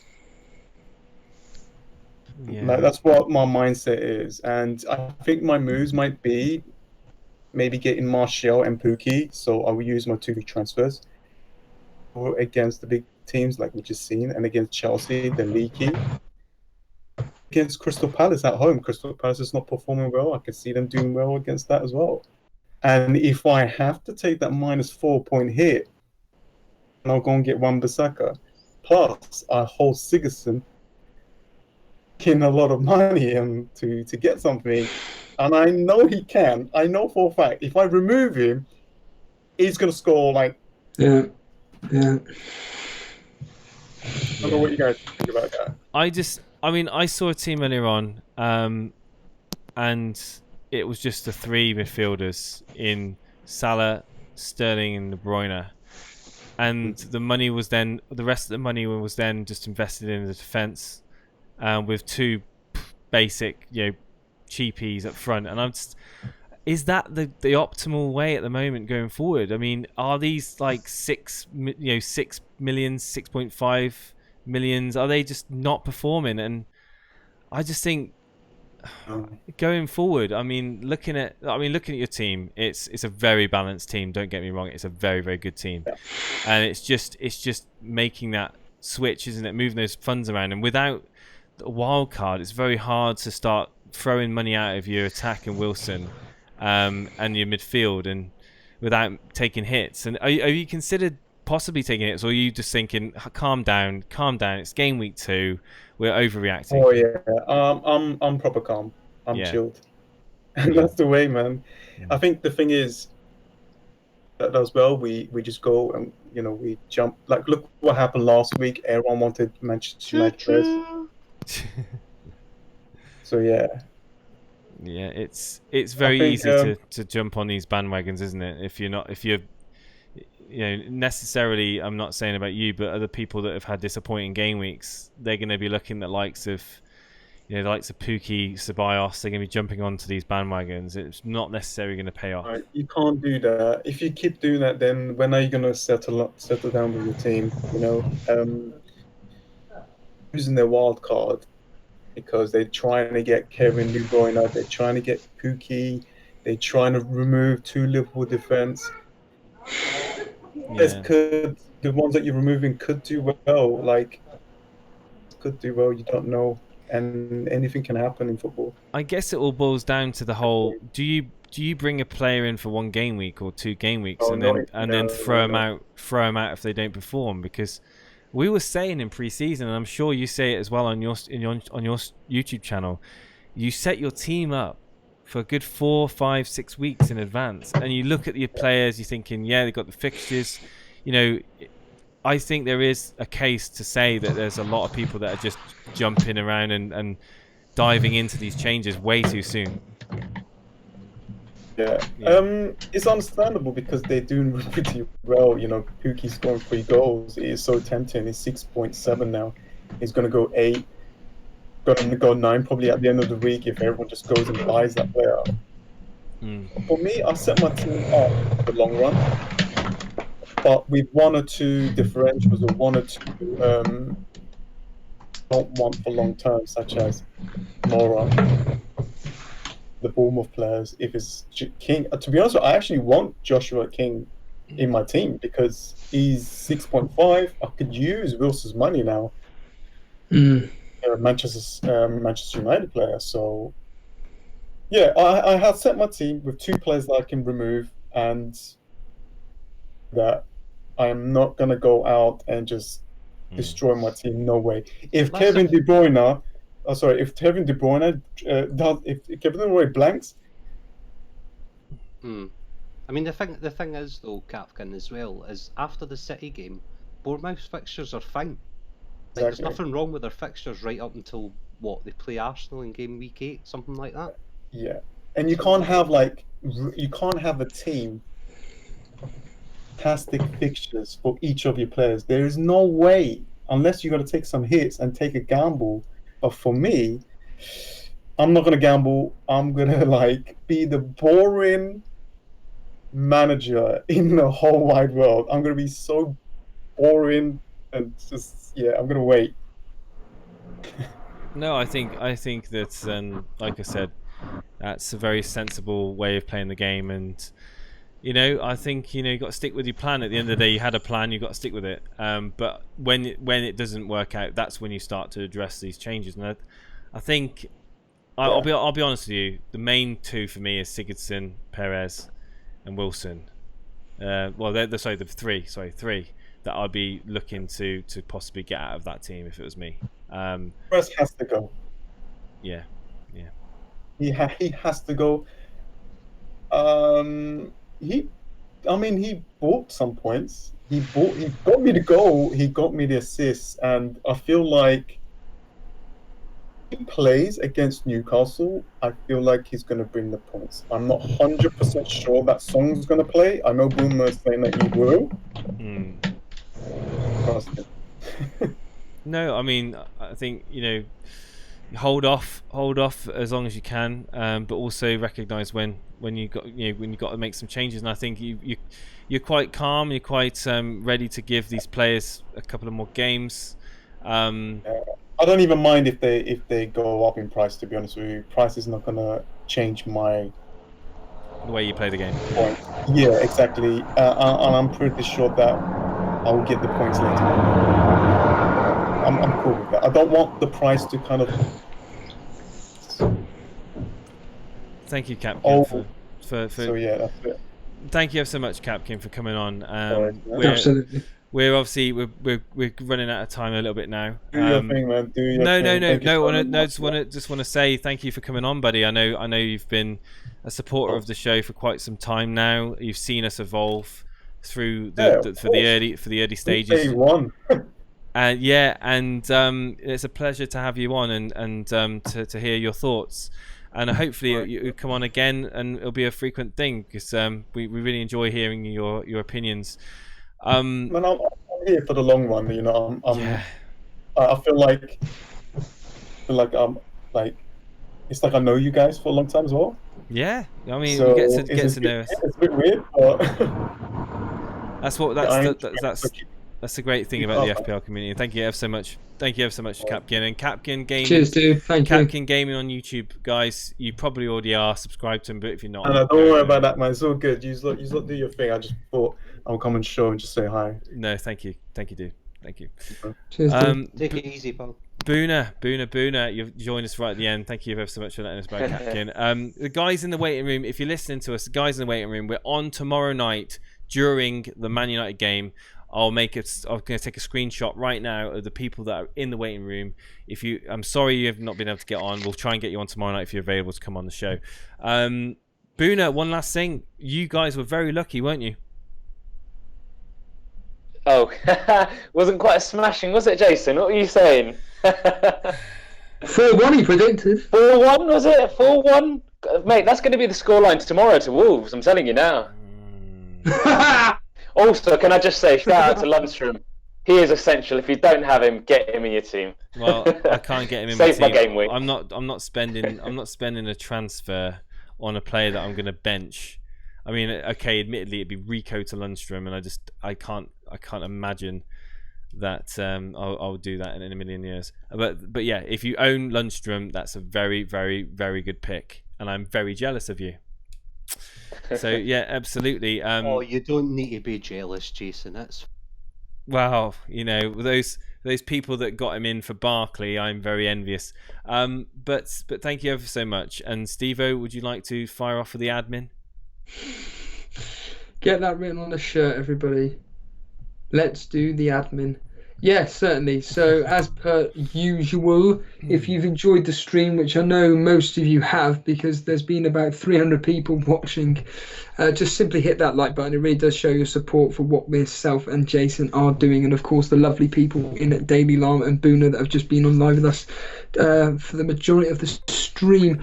Of course, as ever, if you don't subscribe to us, you will not find out when we are going live. Simply put, hit that subscribe button and you will see us going live with all amount of content that we usually do.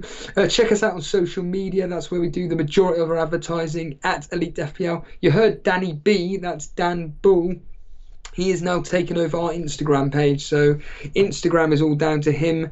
We are at Elite FPL on Instagram, and of course Discord, where you can get to chat with light-hearted fans regarding all things fantasy football, speak to anybody about any issues that you've got regarding your team, and of course it's the simple way of getting live on air. Other than that, join us tomorrow evening with myself and Jason when we will be, like he said, live streaming through the Wolves versus Man United game. It's going to be a lot of fun. You're going to see me going absolutely ape if Wan-Bissaka gets that clean sheet and 3 bonus points. Other than that, have a good evening. Cheers, guys. Thank you all for the support. And almost at 2K. Absolutely. That'll be an amazing milestone. Cheers. Just of interest, whereabouts are you? Not in the world, but are you near like an industrial machine or something? It's very 2 seconds. Just ask a couple of questions. I just needed to get the door for a second. No problem, this is what happens when you're live. What's going on? No, not really. I'm waiting to go to gym. What about yourself? Live on YouTube doing a stream. Why do you feel that you're constantly changing your teammate? Is it just there's just so many ideas? So many ideas, so many different perspectives. I blame Brett Mollison for his 5 at back, because when you see my new team, wow. Brighton home, they couldn't buy a goal in the last season. Well, I don't know. Dan's got Glenn Murray. I think he'll have a word to say about that. I'm detecting possibly a German accent. I'm probably completely way out. But where are you calling us from? South Africa. On the first day, I literally just typed in FPL, like first draft, and yours came up like first. So I thought, I'll watch one of the live streams when it comes on. And then I thought, this is a bit long, isn't it? About 2 hours in. And then 3 hours later, well, an hour later, I was like, yeah, these seem alright, you know. Stevo's not that bad. I have one question for you. I want you to predict the order of the Elite FPL ranking. So, like, who do you think will finish first, second, and third out of y'all three this season? So it's certainly no disrespect to Dan, but it's certainly going to be between me and Jason. And right now, as it stands, I'd go with Jason because my history suggests that I'm going to be having a bad season. So I've got the 5 at the back. I just see a lot of value there.